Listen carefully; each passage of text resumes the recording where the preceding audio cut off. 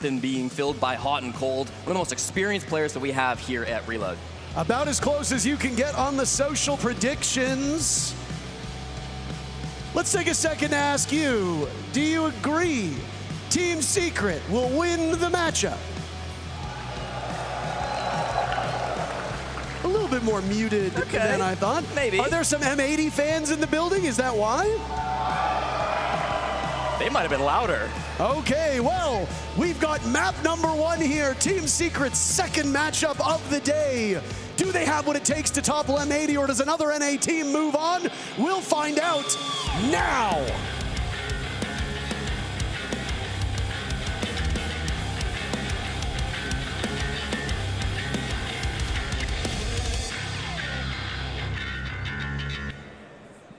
We will load right on into Border to start this series, a place where all of the good teams can struggle at the highest moments. This is a map where we really get to see the fragging potential of these players come out in full force. We see a lot of early gunfights. It can be really aggressive from the defenders, and so it really comes down to these operator bans on how you want to set the pace. A zombie is going to be the most common banned operator that we have on defense, and that's immediately taken off the board from Team Secret. When you look at attackers, there's a huge variety of operator bans that we've seen so far through Munich, but Blackbeard has been common. Ying would be the other primary operator to get banned out. Leaves up some strong operators. Glaz still going to be available here. Demo's still going to be available. Monty's still going to be available. Lots of tools still from Secret to work on this attacker-sided map. Top floor bomb site's always going to be the one that you expect to win as a defending team. M80 needs to come out strong in this matchup. They won't have the crowd against them, and they're not going to be as ready as Team Secret, who've already played a full best of 3 here. And frankly, Parker, they looked really good in that best of 3, going up against the former world champions in Furia, smoking them through 2 maps. They're going to have, I think, a lot more energy right at the start, so it's important that M80 don't play timid.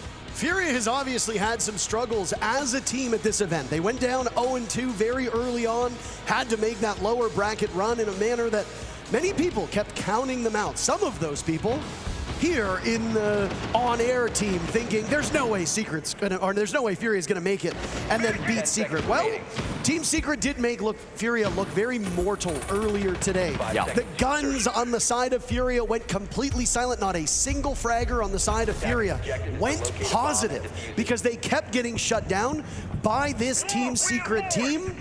M80 also has these same offensive threats. If Secret can replicate their success against M80, it might be a very quick day for this NA team. Gunner thinks he knows about something, but I think he was caught on a drone just there, so he's not going to be able to get anything aggressive. He does retreat back to the bookshelf, and so it doesn't look like Gunner is going to get into some of that early aggression. Something important to keep in mind during this game is that Secret have already played Border 3 times here in Munich, so a lot of their strategies, a lot of their attacks are going to be well known by M80. It's really important, especially on a map like this, that you can vary your strats coming into this big game. Border's a map where pugilism is of the utmost importance, and I mean, Noah will start things off taking down Gunner. 2 separate players from M80 inside of the security and by extension break room portion of the map. Loading new magazine. Gavin's last one there now as he watches his teammate die. It's quite the lead as now Kino will gamble with a Boss G shot, missing his opportunity. But his presence is known and he'll get pressured from 2 different spots on the map. Always a tough spot to play, east stairs, and his teammates are falling around him, so he needs to get a big pick with this Boss G. Does he know the second player? No. June, a double kill, just walking through bathroom. M80 putting up almost no resistance here as this has been answered so effectively. Now it's Gavin and Diffuser. Reloading. Far off site, being hunted down. Deathmark will come in, Diffuser caught watching. Gavin will stop this from being a flawless round, but it does not get any better. 4 players on Secret involved in the action. Only Savage held off of the score sheet. And Secret starts off with a hot lead. Yeah, what a statement to start this series, right, Parker? You talk about a team like M80 who didn't get that game earlier on in the day, who maybe don't have that crowd on their side as well here in Germany. They're going to be starting a little bit colder than their opponents. It's okay to lose your first round. You know, you essentially get flawless, not ideal, but they got to get the ball rolling relatively quick in this matchup. Team Secret off to a very dominant start there, and I really like the way they were able to capitalize on some of those player positions. They work out Gunner from security, they work Kino over towards east stairs. They seemed very aware of all the positions on M80. When these 2 teams did battle on this map, just a couple days ago. It was a very attacker-sided border, which is not abnormal by any stretch of the imagination.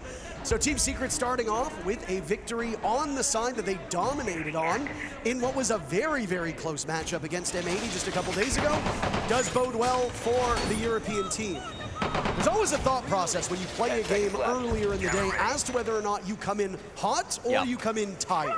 Some teams will tell you by the time map 4 and map 5 rolls around, there's exhaustion setting in, and the set of fresh legs on your opponent's bench tend to perform a little better. Or if you're an experienced team, you say, map 4, I'm just getting started. Yeah, it's especially nice when you have such a strong win, right? To start the day, you're Secret, you're here in Europe as well, so you're not as jet-lagged as maybe some of the international teams coming in, so they should be feeling themselves at this moment. It doesn't seem like they're tired coming through this first round, and that's exactly what you want to see for the major champion hopefuls here representing the European crowd. It is just one round, so I might be well ahead of myself, but it seems like Joom is not cooled off at all, which is very nice to see. He led the way on his team against Furia. He was +9 with 23 kills. It was the highest in the lobby. See what he's able to muster today. He's already 2 of the way there. Oh my goodness, closing the gap so fast. Yeah, he's going to be in a bit of a solo position down to the bottom floor. Going to work some of those vert angles on the Deimos if he gets the opportunity, but Mowgli is the real spearhead of this push, already inside a break room and hunting over towards offices. There will be players over in that direction, but he's got to be careful. If he crosses this, Kino should be able to get the kill. His patience can be rewarded now as Mowgli is standing, waiting. Kino's been able to get out of the way and will now protect himself with a mute jammer on the bottom of the stairs. If any death mark comes in, it will fail, just making the info game on the side of Secret a little bit more challenging. Mowgli's advanced his position as a bevy of targets. Joom on the board first. Kino shuts down Savage as Adrian gets one, and now Kino falls at the hands of Mowgli. Another round where everybody on Secret seems to be involved in this action. Still half the round to go. Joom almost getting a 5th. Gavin gets away. It's all up to him and Hot and Cold now to ride out this storm. Hot and Cold finds himself in the midst of the bomb site, Jesse, and now it's a waiting game as Secret needs to get ever closer. Yeah, they pump the brakes for a moment. It's a great top clear, and I really love how Mowgli was able to push through that hallway, get the second kill on Kino after he took down his captain of Savage. Gives them that man advantage now, and they can start to work this verticality. You start to wonder where the plant's going to come in. Your 2 options are going to be this hatch right in front of Noah now, or going down the east stairs, but just based on the positioning, it seems like the hatch is the way they want to go. Hot and Cold's abandoned the shield, taking the gun out with his own hands. It's not maybe the right idea. Adrian punishes him for that. Gavin blows up Noah. He has a read on one of the remaining 2 players. The second will drop. Gavin knew where they were, but knowledge is only half the battle. He wasn't able to execute on it in Secret. Will take the second round. Something's very clear for these first 2 rounds, Parker, is that Secret are playing as a team. You've got a couple of squads that have come here to Munich, and most of them are out at this point, but they play like 5 individuals. That has never been Secret's MO. They're one of the biggest teams when it comes to trading back kills. They have the highest team trade percentage here in Munich. 17% of their deaths end up getting traded within the next 5 seconds, which is absolutely a crazy stat coming through, even higher when you isolate to the entries. 17% of the deaths get traded out. 19% when you look just at the 2 entry players of Mowgli and Noah. So when Secret go in, they go in together. And even though this round is not as dominant, they lose a couple players, there's always a response. Savage maybe dies top east, but then Mowgli is sprinting in that direction so he can get the kill back onto Kino. It's a really well-coordinated way to play the game, and M80 are gonna have to find some answer to it at some point. What really does separate a good attack from a bad attack, or even sometimes when you're defending as well, is your ability to refrag. Yeah. If 1 in 5 times you are immediately refragging your teammate, it is incredibly challenging for good teams, let alone the bad teams that were here at this event, to find some space. A big part of why we track opening duels so often is because that advantage that comes early in the round can be exploited. It's like the first snowflake that causes an avalanche. It might not seem like a lot at the time, but as the round goes on, you find that advantage becomes small, big, large, and now it's a yawning chasm between you and your opponents. So if Secret can always keep that close, that's a tough thing for any team to get over. And Gunner's always going to be a focal point for the entry pick on this defense. A lot of the push is maybe focused over towards the east side, so it could be Kino as well. Gunner swapped his operator around, no longer on the tube route, going to run that Fenrir instead, but it absolutely seems like Savage wants to take this to Kino. They know he likes to play east stairs. He's usually so good in this position, but hasn't had the best of days, and very quickly falls back to offices, conceding the space to the Monty. Joom so far averaging 2 kills through both of these per round. Through these 2 rounds is quite the tally for him to find. If he can keep that up, I mean, we say that the high water mark here is usually 1 kill per round. If you are always trading yourself out, that is excellent value. At this point in time, Joom is taking down 2 players of M80 through these rounds. Now, I don't expect that to remain, but if Joom's gonna break 20 kills and we go into 10 rounds, that's 2 per round. Been loving the demos. Could be a target in the bans after this round ends, but they have to deal with it for now. Here's Gunnar in a potential opening pick, and he loses the duel, Parker. Mowgli strikes first. And he had that Demos track on him, so he was trying to outfox Secret. It did not work. Now this assault over at top east, but it's being watched. Kino could have made some serious noise. He assesses the shield, fires away, knowing that Gavin, just within arm's reach, is now the one being hounded by this Demos gadget. We're a little bit over a minute to go, and slowly but surely, Secret is finding greater map control. It's swing or be swung for M80. They're coming up empty-handed. Noah with 1, Savage finally on the board. Secret speed running their way to a perfect 3-0 start, but hold on. M80 might have something to say about that. Hot and cold with 2 quick kills to equalize. Savage is in the site in a plant spot, but Noah is so far away, he can't really support his Monty. He's got to group up with his team. And slowly but surely, these 2 remaining M80 players closing in. Noah's been boxed out of his bomb sites. He does manage to tag down Kino. Savage will have that information. Hot and cold, last man standing. He had gone below to try and deal with the post plant. Now he'll rotate around through security. He might be able to catch a blind spot here, but he's worried about that diffuse plant going down. Still getting pings from inside the bomb site. Time not favoring either team more than anything, but Savage has no idea where Hot and Cold is. On the read, the Mira making an awful racket. They finally spotted him! Hot and Cold dealing serious damage! 3 kills so far for Hot, and now he'll play keep away. It'll force Noah to grab the case and get Diffuser down. But he's right in front of a bulletproof camera. This intel will go to Hot and Cold, playing the time, knowing that he's got a way to run away with it, but it's a much closer fight. My God! Noah pulls out the sidearm and breaks the hearts of M80. It's 3-0 Team Secret. Hot and Cold doesn't make mistakes like that often, but here under the pressure in Munich, he can't find the kill. You're planting on 000. That should be a free win coming in from Hot and Cold, but he's a little bit too slow. He picks to vault in through the window, and that just gives the slightest opportunity to Noah. A massive clutch going back on the Lion, and I think he played so well alongside his multiplayer in the midst of that round. A huge moment coming out from Noah. Noah's best game of the season came all the way back on May 13th. He went 15-5 for a big game. Comfort guns, fucking do that. Meet the Monty up. You can even fucking play Oryx in books. But guys, you know what we're doing? We're just giving up, and we're giving up all the space in the extremities and letting them have it, and then we're surprised that they're walking over us. Are we even contesting anything extended and then falling back and layering it? No. All we're doing is we're sitting in our positions where we're supposed to end up later. And of course they're going to pick us apart if we do that. Have some fucking balls now. Listen to the communication, and you decide which fights we take. Don't let them do that. Because all we're doing now is sitting back, sitting back, sitting back. Fight them with each other, for each other. Flash. Let's do the armory one where you... Get this fucking down now. Turn this around. Have some fucking balls. Come on. You need Shoddy.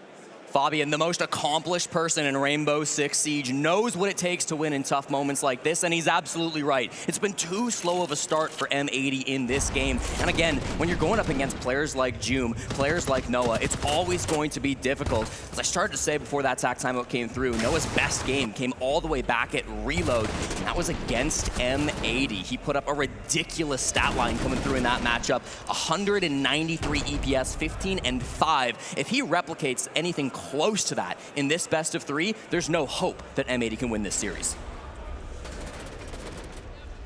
Unequivocally not the start that M80 nor any team really wants, and when you are Team Secret, making deep runs in both Stage 1 and Stage 2 of the EML, constantly giving it to some of the best teams in what looks to be the most dominant region at this point in time. We did say before we got into this event that Brazil looked like an incredibly dominant region. There's only one Brazilian team left at this time. It's FaZe Clan. They don't play today. They'll be in action tomorrow. Ninjas in Pajamas and Furia, the 2 teams that have been sent home thus far. But Secret cutting their teeth in now the most dominant region based on what we're seeing here in Munich. And if you allow them to settle in, if you allow them to get comfortable, And Fabian was spot on. Team Secret are setting the pace here of every single round. It doesn't matter if you're M80, doesn't matter if you're Falcons, doesn't matter if you're FaZe, doesn't matter if you're any of these teams remaining. Secret has the tools to beat you, and that's exactly what the scoreboard reflects. Well, we're 4 rounds into this game, Parker, and we're seeing top floor for the 3rd time, and another opening pick goes the way of Secret. It's Kino East Stairs, the same position and the same operator he's played every single time, and again, doesn't really work out for him. Mowgli, the French entry fragger for Team Secret, has been having an amazing time getting these opening picks, and it just seems like the successes are not stopping. I mean, Border is an unpredictable and an often very enclosed map. You can go for runouts. You saw Gunnar do it on the previous round. But it does appear that a lot of times these M80 defenders are playing to die. Yeah. You can have maybe 1 person in a suicide position. You can't have 5. You need more like that. Wow. As Gavin finds an opening and exploits it. Both Noah and Savage are put in the ground. Gavin showing some restlessness in his position, but a third is there. On to that Frenchman that you discussed who blew this round open moments ago. All 3 kills on the side of M80 coming from 1 player at this point. And finally, there's the energy. Finally, Gavin's woken this team up. They've got to find 2 more kills to end out this game. Adrian and June, they're both on the east side of the map. One goes north, one goes south, and Adrian jumps in office to find a fight. Disoriented now. As the Kujmat mines from Gunnar strewn about will make it more challenging. Adrian does not care at all. Down goes Gavin. A player not named Gavin on the side of M80 will now need to start racking up some kills. Secret hoping for a 4th round here with a minute to go. They are outnumbered by M80. They got to pick up the fuse kit. It's all the way in break room, so it'll take some time. That's why they're droning out Gunnar at the moment. He's playing inside of security. Lots of information being gathered right now. They've got to pick that up and then somehow find a way to plant despite the fact that there's a clash on the board. Hot and cold, very healthy at the moment. Playing on this operator, it's going to be really tough to get past him. They've got a good read, but will require this M80 team to get restless themselves, as we saw Gavin do just before that. You saw his foot for a second there, Adrian. He's down on the ground, encroaching upon him, but the sight is completely blocking and still winning the duel. Time the bigger issue now for Secret. They need to break into this armory bomb site. Defuse kit being held by Joom. The 2 remaining players on Secret combining for 9 kills. Adrian's done and dusted. Joom in a 1v2. With the clash still up, no hope whatsoever for Secret. M80 finally get on the board. And a good tack timeout leads to a good round win for M80, a massive round for them to get the momentum back in this game. And of course it comes from Gavin. What a tournament he's had so far in Munich. He's the 2nd highest rated player here at this event, and we finally got to see a little bit of that coming out from him. A beautiful play from break room, takes everything in his own hands. Had some good opportunities too, because his teammates were doing a great job distracting. They were a little distracted with Gunnar inside security, little distracted, of course, East Stairs, but doesn't even matter. I mean, Gavin just does it all. Stared at by the Monty and still finds all 3 of those kills. You saw Mowgli looking away for a moment. That's what I'm talking with, a little bit of distraction, and that's where the team play comes in. Huge 3K from Gavin, but the whole team coming up clutch in the end. You've noticed that every single time M80 is holding this upstairs so aggressively, they have done so with a lot of intel, bulletproof cameras in particular. The side of the lineup on Secret is not running a lot of explosives. Yeah. So unless you can get into the site to deal with the bulletproof cameras directly, which obviously is the hard part, because if you have site control, you've probably got other things going for you at this point in time. Team Secret are doing a pretty poor job through 3 rounds now, 2 of them which they won, but through 3 rounds of taking that intel away from M80. Now, M80 are once again going to bring those bulletproof cameras. It has become a staple of this defense, and I imagine with this being Events Workshop bomb site on the main floor, there will be quite an effort to hold this top floor from M80. But I'm going back to Fabian's words here. Don't expect a passive defense. A more active defense from M80 is what Fabian was urging them to do. We saw shades of it in the previous round, but it still hasn't fully materialized. They do some damage to Adrian, necessitating an adrenal surge, so maybe there are the teeth that M80 needs to show. Yeah, this is going to be where it starts to get a little trickier because the map is bigger now that they've gone to the bottom floor, right? They can hold the top floor and the bottom floor. Makes it a little bit less predictable where these players are going to be. Kino often on East Stairs in those previous defenses, backing up a little bit. Diffuser here in Archives, a position that he's going to be playing for the first time in this game. So a lot of changes now as we swapped up the bomb site. Makes a little bit of pause for Team Secret. They've got to be a little bit more careful because they don't necessarily know where these players are going to be at. Adrian will attempt that window yet again. Nope, he thinks otherwise. It's a dangerous spot for him to be in an engagement that was relatively easy for M80. I do think, Jesse, Team Secret came in very warmed up, and it's caught M80 off guard. Yeah, but this is their chance to kind of get the momentum back, right? You've won one, now you can chain it into two. A lot of this push is already starting to give up on the mid floor or the top floor. Savage here through the front door is going to be able to find his way into the bomb site. Could go for a plant, but his teammates, are they here to cover? Smokes will go out. June leading things off. He baits hot and cold into that position, steadily firing away. Down goes Noah on repel by Gunner.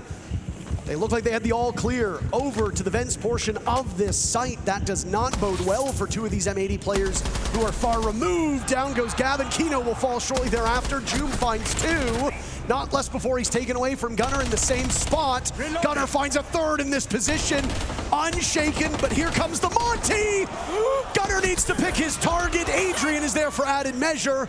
Diffuser alone on the stairs. The shield will be in a fight against him as Adrian presents himself as well.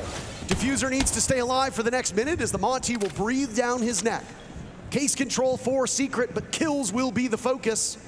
The Monty in the site. Savage giving information. Adrian with no adrenal surges left. Not much to do other than fire away, and it's Adrian to hit the shot. What an impressive round by the Finka. Yeah, it really was a big round coming through from Team Secret. They had pressure down towards the bomb site. That started to draw out player positions. M80, they got really worried, and it led to Gunner getting some massive kills. He played so well in security. I'm glad we finally got to see him coming alive in this game, but it wasn't enough when his teammates fall like flies all around him. That bottom floor pressure really crumbled as soon as they saw that Monty coming through. Great opening pick from the vents window as well. Got a critical frag in that round. Gives the 4-1 lead over to the Europeans. This is the exact same predicament from their matchup a couple days ago. 4-2 halves for the teams that attack mean that if M80 can win a second round here, we find the exact same scoreline for technically the third round or the third side in a row on this map. It was an 8-6 victory for Secret in overtime on their own map, doing so by winning on attacks, clinging to life as defenders, and then winning outright in overtime. History is slowly repeating itself here.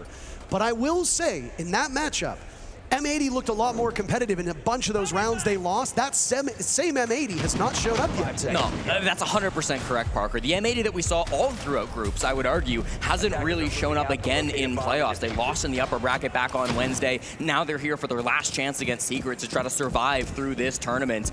Play again tomorrow, move on, get a deeper run. This M80 organization have been waiting for a deep run. They haven't really had it just yet.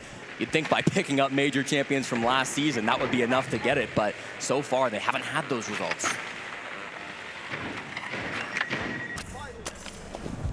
A final attempt here now for M80 to pull as close as is humanly possible. And a rough start as this extension upstairs inside of security and CCTV, an area that is so crucial to be held no matter the bomb site. It allows you quick rotates, it allows you map control that needs to be surrendered at some point.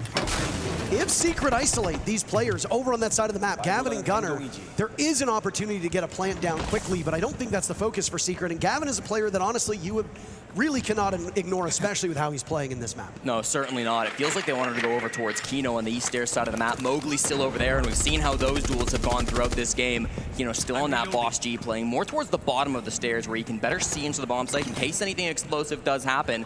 Secret really yet to enter the building in any meaningful way. They're all still outside. I have not liked Kino in this position, and Jesse, I'm about to not like it again, I'll be honest with you. Scared away, but they must know that there's an opening down below. Savage and Mowgli striking first. Kino and Diffuser both die. Gunner and Gavin with the two players off site. Gunner finds one, it's Adrian, and Gavin snaps over. Knows there's another on east, but they dogpile him. It's through that 90 soft wall that they managed to capitalize. Leaves Hot and Cold and Gunner alone, and Mowgli is just there for added measure, I guess, tearing through everybody. Hot and Cold will hit the fadeaway, and Nitro Cell goes out. It's a little bit too late. All the while, Joom is at this point in time unguarded. Houghton almost getting him, and it's Joom to save the round. Now here's something that's a bit different. A more dominant first half for Secret. 2 rounds away from putting their own map into the win column. That's exactly what you wanted for the first half on your own map pick, a 5-1 lead, and it comes off a great top floor clear from Team Secret. Spent a lot of time outside the building, finding out the drones, opening the castle barricades, dealing with that utility, but then it's a sweep through from east to west. Mowgli gets some incredibly important kills pushing through that hallway. They get the picks on east stairs, on offices, and they just flood through with those kills. At the same time, they're dropping the hatch. Hot and Cold's on the other side of the map, metal stairs when that plant starts going down. So really just picking apart that defense on the side of M80. Secret have looked really good all day long. M80 expects somebody to push aggressively on those east stairs, on that balcony window. That's why Kino is there, and he's obviously got the followaways you can see through the floor so he could get somebody through the doorway if they do chase him, because a lot of times you're not looking down, you're looking at what's ahead, what's next. Secret are prepared for this. A huge part of this M80 strategy is to get that pick and then allow Kino to rotate, but Kino cannot do that if he's not securing that pick over towards the east stairs doorway. And more importantly, Kino can't do that if he's dead, which is what happened most of those rounds. So Kino was a non-factor time and time again on that vigil. You saw the very stalwart defense over on the side of security. But again, Team Secret would give them no quarter. They were not aggressively hunting it. They were waiting out M80. Again, it goes back to what Fabian said. You need to be aggressive. I didn't see that much. I saw it a little bit, sprinkles of it, a light dusting.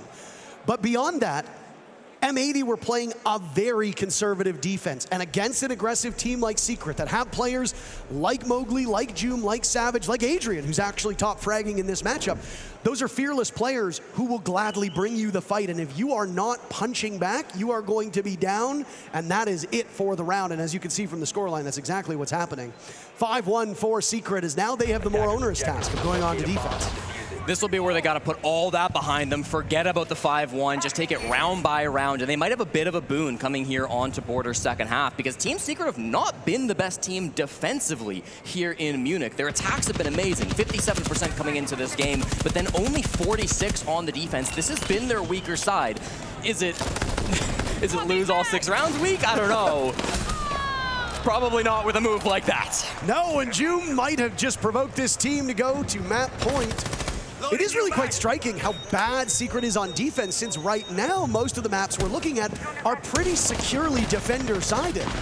You should have a positive win rate as defenders just because of the way that these maps go, but has not materialized yet. It's been great seeing Joom. He's playing the east stairs position just like Kino, but he's having so much more of an impact. Gets that opening pick with a jump out, so much more aggressive than what we saw from Kino's Vigil. Now they get a second pick too as Gavin falls over towards the west side of the map. This is starting to get real bad.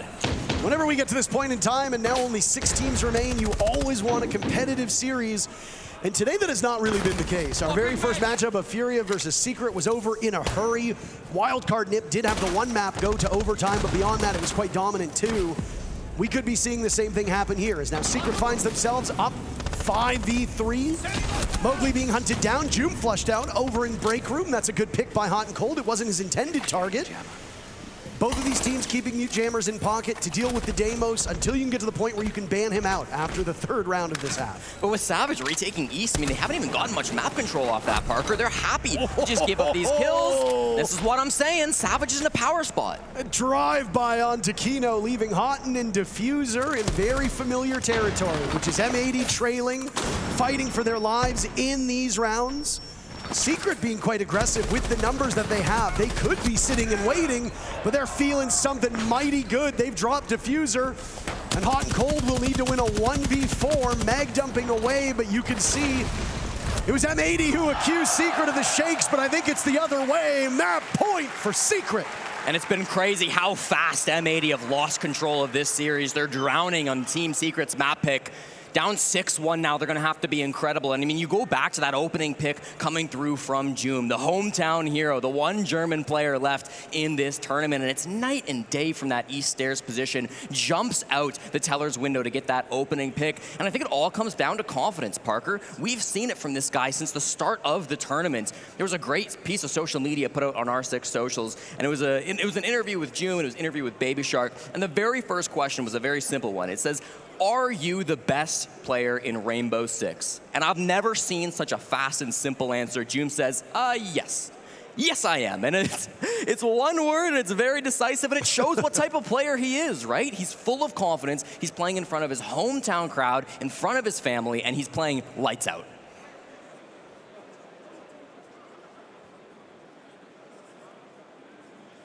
See the tides on the side of our beautiful LED stage. What our production team has been able to do with this has really been quite profound and excellent. I went so far as to say I think this might be the nicest overall stage that we've had in our esport.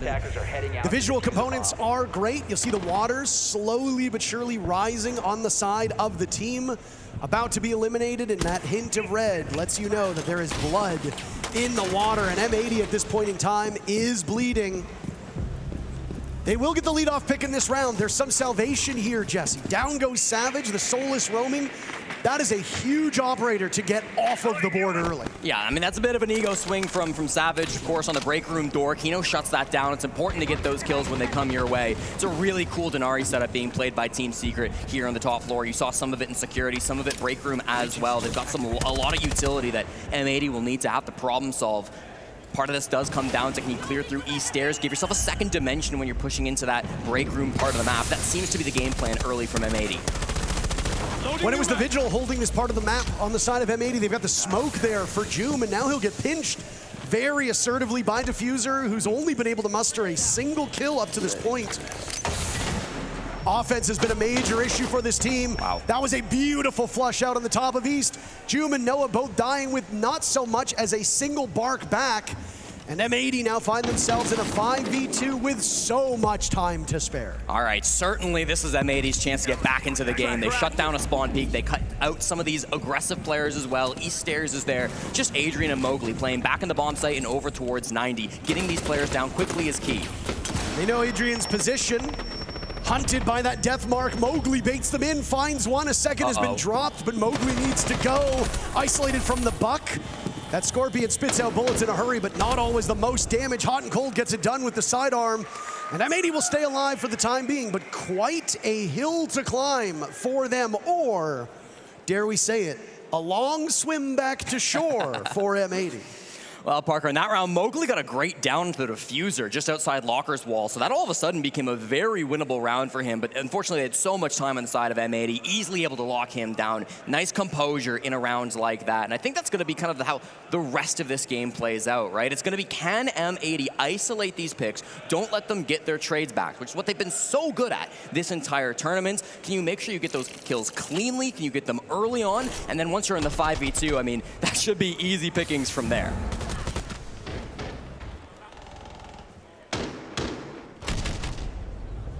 Brilliant shots coming through from the captain just at the end. You don't see Hot and Cold on the Deimos too often. That's usually Diffuser's main operator, but shows the flexibility too when you've got such a veteran of the game.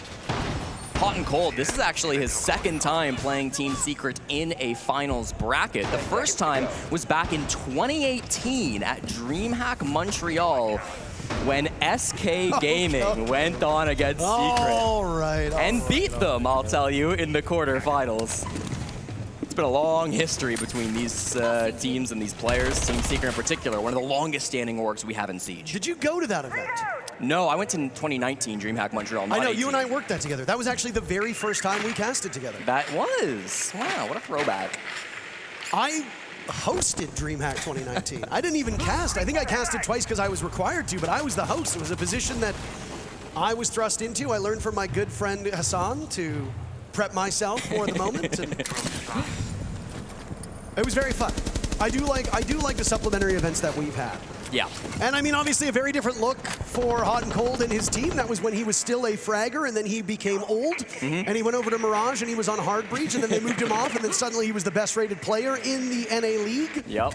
And now he's found salvation on other rosters, and here he is. He's a major winner in Europe. In Manchester, over a year ago, this M80 team, with the exception of Kino, were able to hoist a trophy. So they know what it takes to do it on European soil.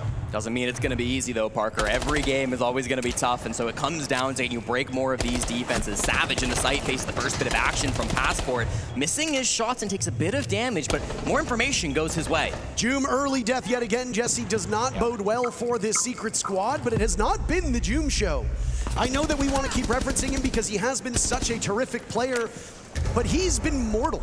Noah, Mowgli, Adrian, their kill totals around June's, in Adrian's case above, but the impact here has been huge.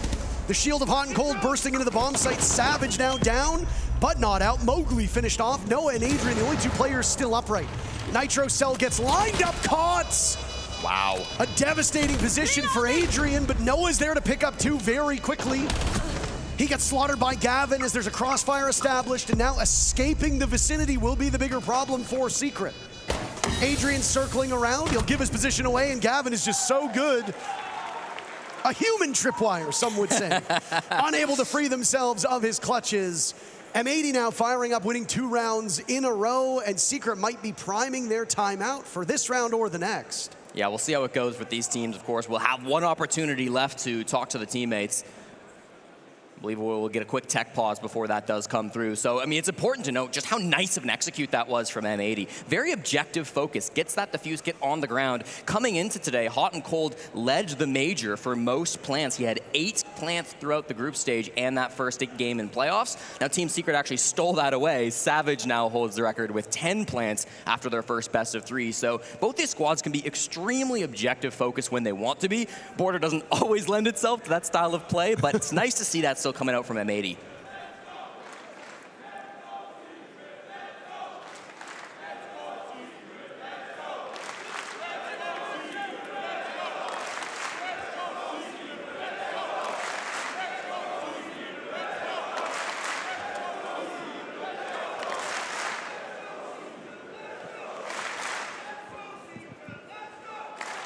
I'd like to remind everybody that it's Friday in the afternoon, so the crowd is still growing in numbers. And I mean, if you're the hometown favorites, you need the crowd at your back. We've heard over the last couple years how good crowds can be and how much that can actually matter to the teams from that region. I mean, obviously Gunnar came in and they said, well, what about the crowd being on the side of Secret? And he said, it'll just be even more embarrassing when they lose. But the fact is every single team, if they're being honest, wants that crowd buff. They want to hear people cheering for them. It motivates them, it keeps them in it, and tilting is obviously a very real thing. If you're Team Secret and you were in the inverse here, if you were down 3-6 and you win a huge moment and you hear that crowd roar, not only does that help you from a confidence perspective, but it immediately switches your mental focus. You go from being mad about the game result to, did you hear what the crowd said? We can do this. Let's work together. We have this confidence. M80 obviously now starting to level up as we see a very attacker-sided Border come out ahead of us. I imagine that this tank pause that we're in has something to do with the coaches' headsets. Jesse, I don't know if you've... I've not heard, but I would guess that that is correct. Seemed like they might want to take attack timeout, and maybe we just get the headsets figured out. So it could be a tech into attack, but we'll keep you updated as long as we know. Getting some thumbs up there, and again, for these teams, they're kind of used to being against the crowd, aren't they, Parker? M80, when they were Beast Coast in Manchester against the crowd in that game, back when Secret were playing against G2 in the finals of EWC as well, most of the crowd was going for G2.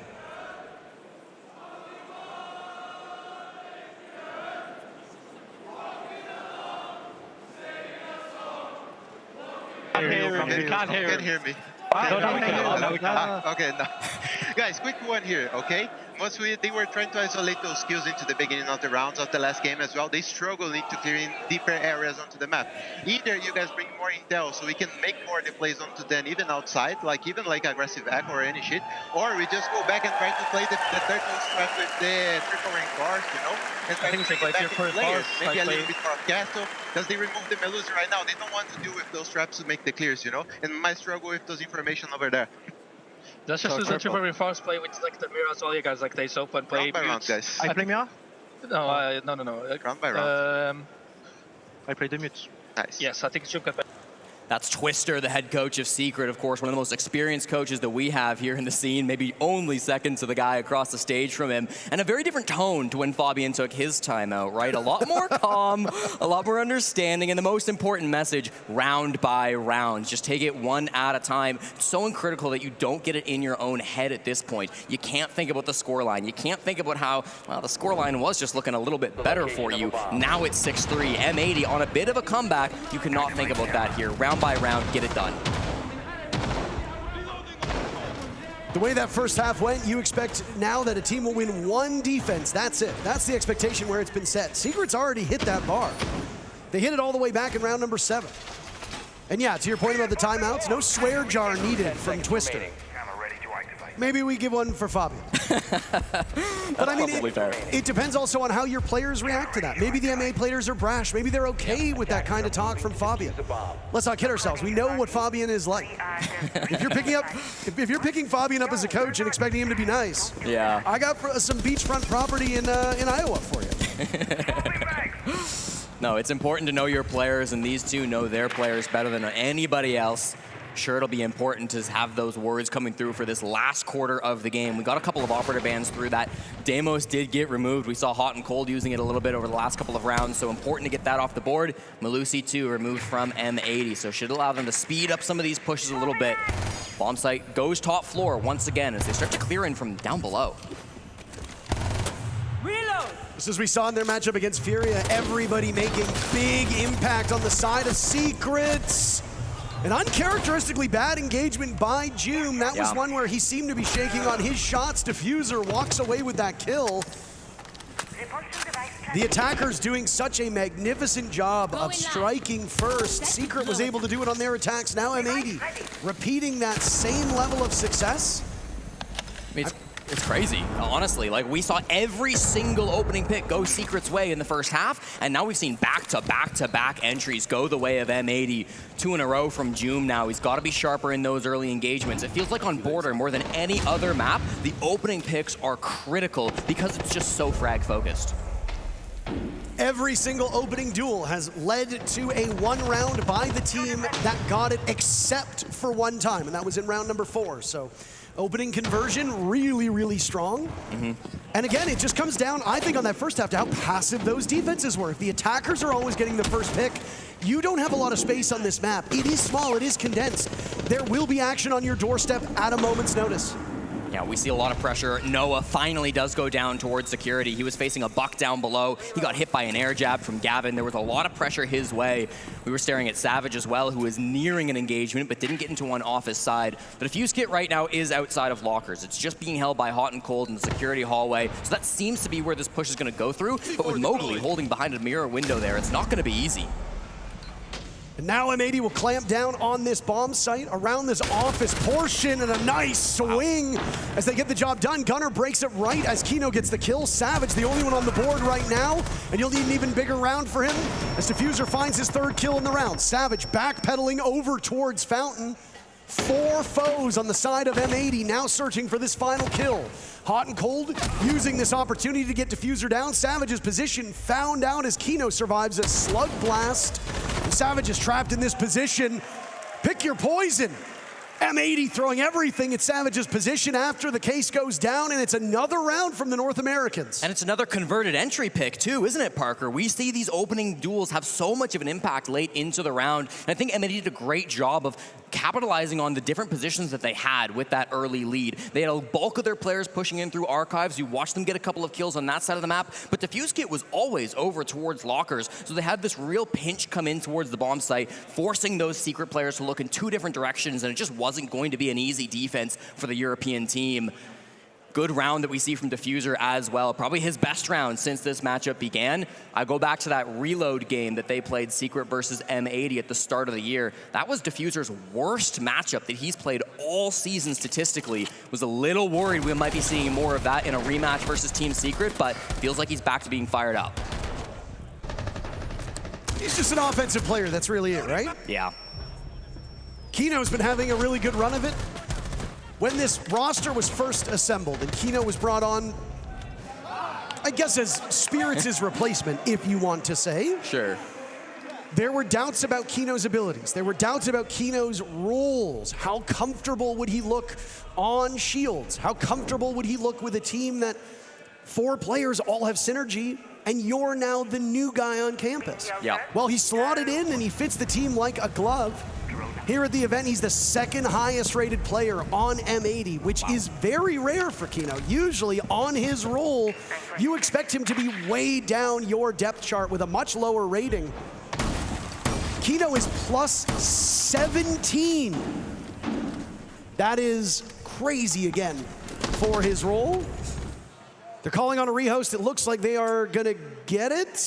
Yes, we will go to another tech pause. Noah crashed, so you can't play down I guess, one of your teammates. So back to the drawing board we go. Maybe a bit of a good luck with that crash, you could say, because M80 were prepping for a very fun strategy. Didn't get the chance to use it. We might see it again after the tech pause does end. But it's a great point about Kino, I think, the support duo from M80, Kino and Hot and Cold. Because after they kind of made this team, right? And after stage one didn't really go their way, they made a small role swap. It wasn't big, but they just swapped around who was hard support and who was flex support between Kino and Hot and Cold. It's resulted in Kino playing a lot more of those shield roles, something that he has been maybe criticized for in the past, but he's been really good on the shield so far through this game. We know Hot and Cold has played the shield as well. They were both selecting on a shield before we got the tech pause, so they can definitely flex around in that position, but I think letting Kino be a bit more flexible, still play the SAS on defense, play those shields on attack, and then allow Hot and Cold to be a bit more of a fragger, do some of the hard breaching, do some of the planting. It's ended up in a really nice dynamic for M80. It's a team with a lot of depth. Both of these squads have players that at any moment can break out. Savage is not usually the guy that you expect to lead the team on Secret. You've got too many other threats there, and if they're having a bad day, well, usually Secret is as well, but this team did not get that memo in their matchup against Furia earlier. The supporting cast on Secret really showing up big, and that's been the story for M80 too. Yep. It's the guys who you are not used to performing the best who have shown up in the big moments. The one thing you could say about both of these teams is that when things go south, they both are resilient from a mental standpoint. It wasn't long ago that this M80 team had some players who had maybe a small history of collapsing when big moments emerged, but that hasn't been the case. Whether it just be team synergy, whether it be coaching, whether it be preparation, M80 are able to bounce back from really bad circumstances, and Secret's been exactly the same. Yeah, and I think a great example of that is Gunnar. You know, he's had some tough moments in the past on previous teams where maybe that hasn't been the case, but you go back to even the Manchester Major where he was a major champion. He started that the first event with a negative KD. You go through his first 3 games of group stage in Manchester, he's really not putting up big numbers. He's negative most games. By the end of that event, he's the tournament MVP. That resilience that he showed in that major is going to be really important coming in through this event as well. Has started a little bit slower for this M80 team. He's one of the lower rated players on this squad. If he can heat up towards the end of the tournament, just like he did in Manchester, that can make the difference. Gunnar right now, the lowest rated player in the lobby. Yeah. And I mean, Gunnar does play a very feast or famine style of gameplay as well. I mean, there was a whole period of time where he was on that old Sonics roster, where there would be games where he would just light it up, and then you'd have 2 games that followed where he would be first one in, first one out. And if you can't rely on your gunners that are entering the building to get at least a pick half of the time, if you were just constantly walking in and dying, giving up that first pick to the defenders, you are in a hole round after round after round, and that's amplified on a map like this where the attackers have not just been exceptional at drawing first blood, but have translated it to a victory all but one time. Tech pause is over and we can get into the action. From what I know of the rules, they can completely blow up their composition here, Jesse. Yep. So we see a complete swap out from this M80 roster, and the spiciness is unfortunately a little gone. Well, we swap bomb sites too, so you look at round 12, we might get that back, but you've got to get there first if you're M80, of course. For me, the eyes are all on Joom. He has been the opening def back-to-back rounds. It's been a big loss for Team Secret. He's playing on that smoke once again. He likes to play this operator over towards East Stairs. It's not a huge surprise to see him rocking this op, but it's going to be really important that he plays well over towards East. Usually that's on a Azami in that position, but Azami gets banned quite often, so smoke is really common in this spot as well. You will sometimes see a sentry in this spot as well from some of the Brazilian teams that we have here in Siege. And Kino, of course, rocking it with the Vigil. The meta towards East Stairs has been really interesting to watch over the last couple of months. And there's almost nobody better than Joom to play that spot.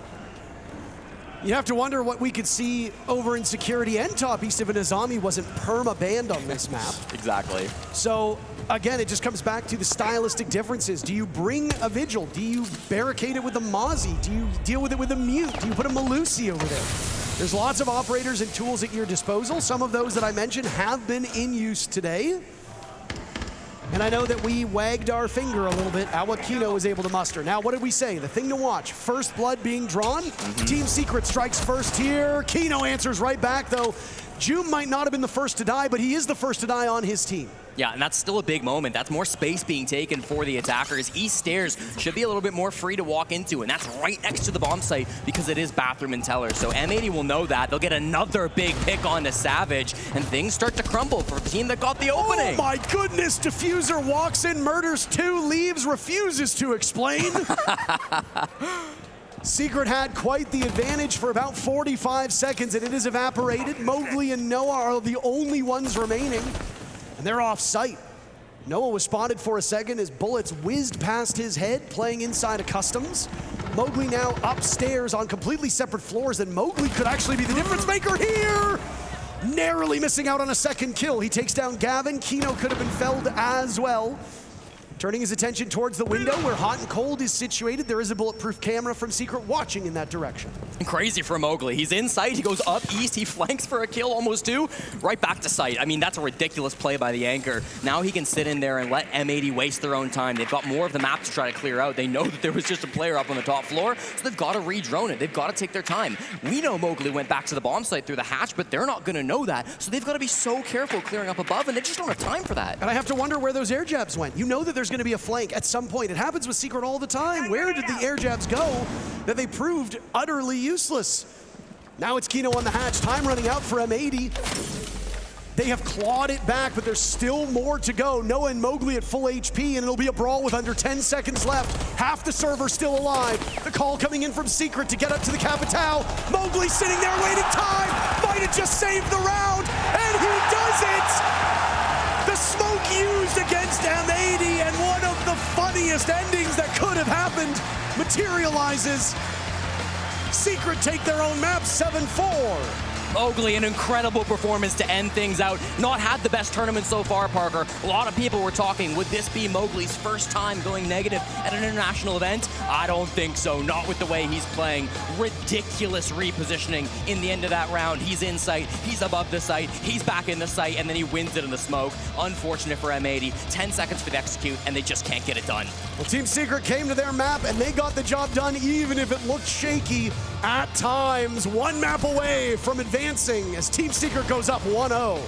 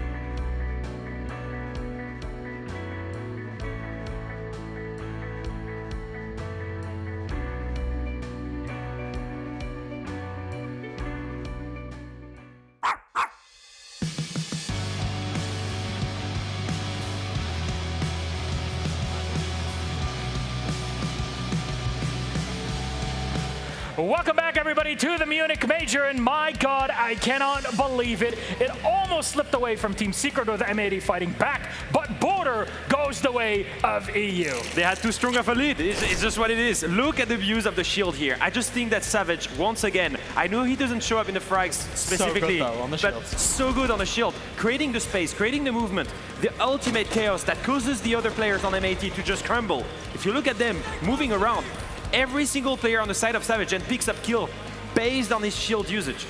Border is such a close, small map. It's two squares that are stacked on top of each other ultimately, right? When you're playing a shield, what you do is you force your players to be around you, and you create movement in the opposition. It's why shields are so strong at the minute. But when Savage, there's a master on the shield, when he's doing it, he forces his teammates to play with him, and he forces that teamwork on the attack. During Fabian's timeout, we actually heard you guys are not fighting enough for each other. You're taking fights, but you're doing it individually. You're not doing enough for each other. That's why Secret got the 5-1 lead. Savage was abusing the shields. Secret were playing around the shields, and M80, well, they were not playing as a team. Realistically, when you've got that kind of scoreboard pressure, any attempt at a comeback, and to be fair for M80, when they got into their attacks, they were doing okay, but any attempt at a comeback is going to be giga hard when you're having to do 6 rounds in a row to get it done. And it's so impressive, the disparity in entry kills. If you look on the right side, Secret were leading most of the time. And it's on the back of those entries. When they get the man advantage, they can then snowball. And obviously, the attack side was just completely crazy. Too much of a lead to come back. M80 started giving me hope a little bit of momentum. And that was ended with that beautiful, beautiful end of the round. Can we just see it again? Please. I need to experience that again. I need to see Mowgli just lurking around that smoke towards the end. He never gave up, by the way. He was the one finding the opening kill in that round. Most importantly, when he was down to the 2v4, he then finds another clip. And here, Jack. That final knife into the smoke to deny the plant. That's my Frenchman right there. For any clutch to happen, you have to make a play when you're the person attempting the clutch. But I have absolutely no idea what Hot and Cold was doing by smoking himself and trying to plant inside the smoke. Everyone knows he's there. Why do you smoke yourself? You know, if he had that round over, I think he would have gone very, very differently, and I judged his team very, very differently though. If anything, it means that there's an opportunity still for M80 to bring it back on map number 2. That's Consulate. We'll see you after the break.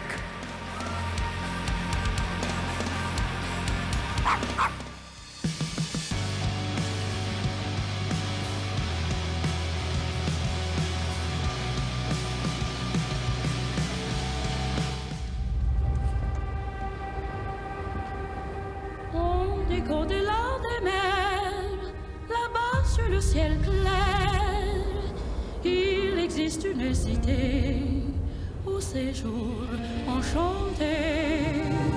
Et sur les grands arbres noirs, chaque soir, vers elle s'en va tout mon espoir. J'ai deux amours.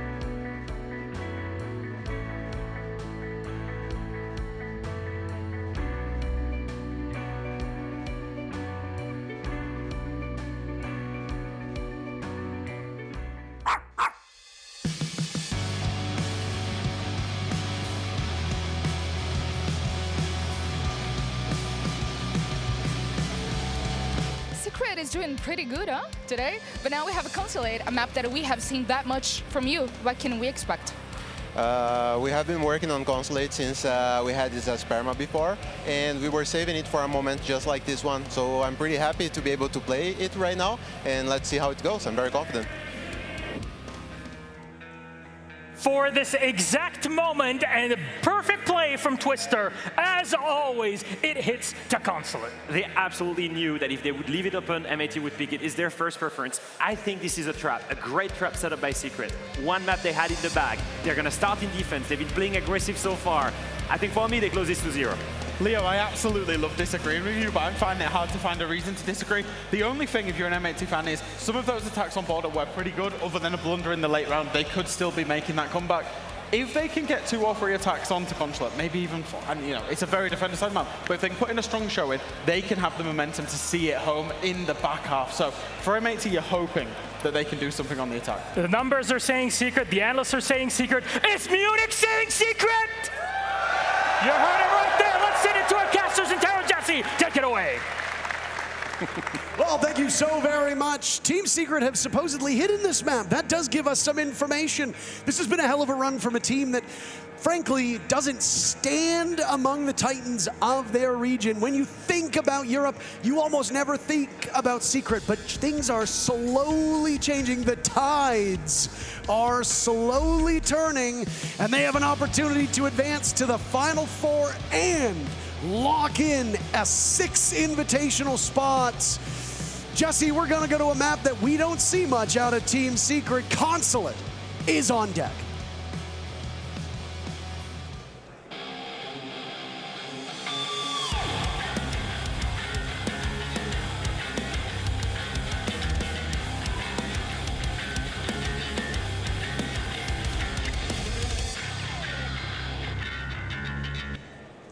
It was the Frenchman who clutched up big on our last map, and he's going to send us to the French Consulate here for map number 2. And you're absolutely right, Parker. Twister says they've been cooking something up for this map. They haven't played it in 4 months, and they haven't won it since Reload. So we have no idea what Team Secret are going to look like on a map like Consulate. You'd expect M80 then to lean towards the most traditional bans, but we start off with a Fenrir ban from M80, and we follow it up with the Smoke. A little bit interesting. Usually on a map like this, you see a lot of Clash, you see a lot of Mute, you see a lot of Azami bans, so they are going to go a little bit out into left field. You wonder maybe they got some scrim reports, maybe they've been practicing against Team Secret and they have seen this map, or maybe they just know what they don't like to play against. No, and I mean, it's immediately going to bring an operator that we didn't see in map number 1, Azami, into the field, supplemented by that Tachanka as one of your saving graces for your anchors. There are a couple anchor ops that function similarly here on this map, especially this upstairs bomb site. There is a little nook by the window of office where we tend to see most of the plants go down. It's where the Tachanka of Adrian currently is, and he'll shoot out the floor. One of the most default plants in all of this esport is to go through that window, fire a smoke off, the way for the defenders to get to you and get the diffuser down. Well, Tachanka has one thing going for him that a lot of other operators don't. You can bank his gadgetry. When you've got that Shumika launcher out, those Molotovs can arc. You can hit them off of walls, and it can do serious damage. But also, if you've completely shot out that floor, it allows you to play freely downstairs. I suspect that we are going to see Secret holding quite aggressively offsite.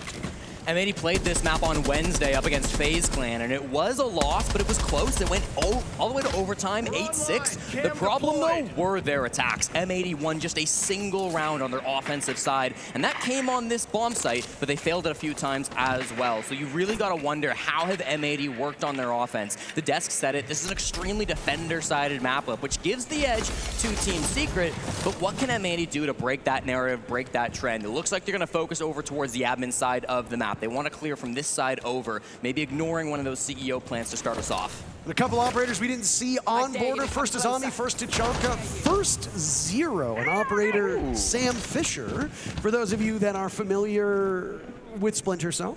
Yeah. But his pick rate is in the basement. I am amazed that M80 is bringing this operator here. Yeah, usually Gunnar would bring the Grim on this bomb site, so you can see it doing similar ideas. He's tossing some utility into the map. This time it gets him some information with the cameras rather than the pings, but it still does a similar job. Going to be something that Team Secret won't be expecting, so sometimes as well, those can be kind of silent, those SAM cams. You can get an unexpected angle. You also need to keep mind of secondary utility. If you're not going to bring a dedicated hard breacher, which you see M80 is not doing, you're going to need to bring a second operator with those can openers to use them in safer ways. You can't just have one operator do it, and in this case, I think the decision was, let's just bring the Zero. He's got that secondary utility, he's got a decent gun, and he will gain us very valuable intel.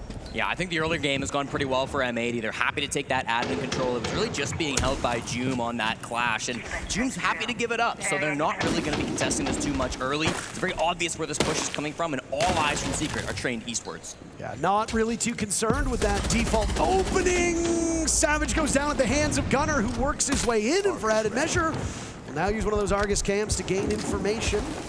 All 5 players from M80 will be active in this execute. Nobody dead yet to watch those cams, though Gavin taking a beating. He's on the bottom floor with Diffuser side by side. Noah gets them both! Diffuser and Gavin blown up again. Secret holding off sight. Gunnar finds his second kill. He's been the entire offense for M80. Kino's found his way into a corner himself, and the A-bomb site could go for a plant, but is a little concerned. And now, Secret will get ever more present. Kino finding some protection. There on the cross is Gunnar, who finds his third. A fourth and a fifth lined up, but Gunnar gets out of that position. This is a very prolonged execute here, Jesse. Yeah, but they get it down in the end, and they leave Joom and Noah to try to do it all here to clutch things up. Noah already 2 massive kills in this round. Argus online. Still had some intel in pocket for Gunnar, as there goes the last Argus cam. Noah will attempt to long arm this, and it's Joom standing side by side. The Blackbeard getting closer. He just needs to buy enough time. Noah almost had it. Joom had to pick his poison, and this is a very winnable round, but Kino says, not today, Junior. M80 starts off on Consulate with a big round victory. And it's so important to get that first attack on Consulate. That's a statement coming here onto your own map pick. Says we're not going to make the same mistakes that we made in the last matchup on Border. And you really did see that, right? You got the admin overside push, and hot and cold, he's got the Capitao, he's got 1 smoke. Does he use it to get the plant down inside the smoke? No, that screwed them on the last map. So he throws it over towards the top of Spiral instead, stops any potential flank coming in through the hallway, and he does a great job getting that defuse kit on the ground. Of course, you got to focus on Gunnar for opening that up as well. Not a crazy play, just use his own hard breach to get in through the balcony, make that extra little angle that the defenders aren't really expecting, and gets 3 kills because of it. Yeah, I mean, if you've got your attention turned elsewhere, there are opportunities for attackers to flank you quite effectively. Even though it wasn't a dedicated flank from Gunnar, he just walked into the bomb site, got a kill and walked out. You still need to have your focus all over, right? And Team Secret were so invested in what they thought would be a default B bomb site take over in office that I don't think they knew well enough how aggressively M80 would sweep through Visa and admin side and then continue to move towards the back of that projector bomb site. Well, and I think part of it too is because they had that extra dimension down below. We saw 2 M80 players below the bomb site that round. Noah goes down, has the biggest flank of the round. That should have been it, but they just didn't expect Gunnar to come in with that 3rd extra angle. So there's layers to this thing here on Consulate, and already it's a good start from M80. Well, if M80 is able to blunt any kind of momentum from Team Secret, going on to their favored side on M80's map pick, if Team Secret really have concealed this map as they claim, and they've been practicing and ready, they have now been given a huge gift by getting that starting side that they supposedly prefer. If Secret don't really show enough punch back over the next 2 rounds, I will get a little bit concerned. The scoreline doesn't really reflect how close that round was, though. Joom almost clutched a 1v3. He did have the down, but he could not outduel Kino, so finds an early pick on Kino. He will have the last laugh. Gunnar on the board. Diffuser goes down. What is happening? Everybody coming to blows. Gavin gets 2 for his trouble. 4 players left with 2 minutes still left in the round. This is early action across the board. Pure chaos on the yellow stairs, and the cutoff's being held by Hot and Cold. Sees them both pass by, but he can't find any kills. Savage on very little HP, but the angle is so tight for Hot and Cold, he's just not able to find the frag. That is okay, though. They've still got the 2v2. Can't really open the wall because those bandit batteries and or Kaid claws are still keeping it close, but plenty of time to try to problem solve that. They have smokes, so you can call an audible here. You can go towards the back of the bomb site. You can even walk down main stairs. If you don't think there's any intel from Secret, then why not? But here's the greater issue.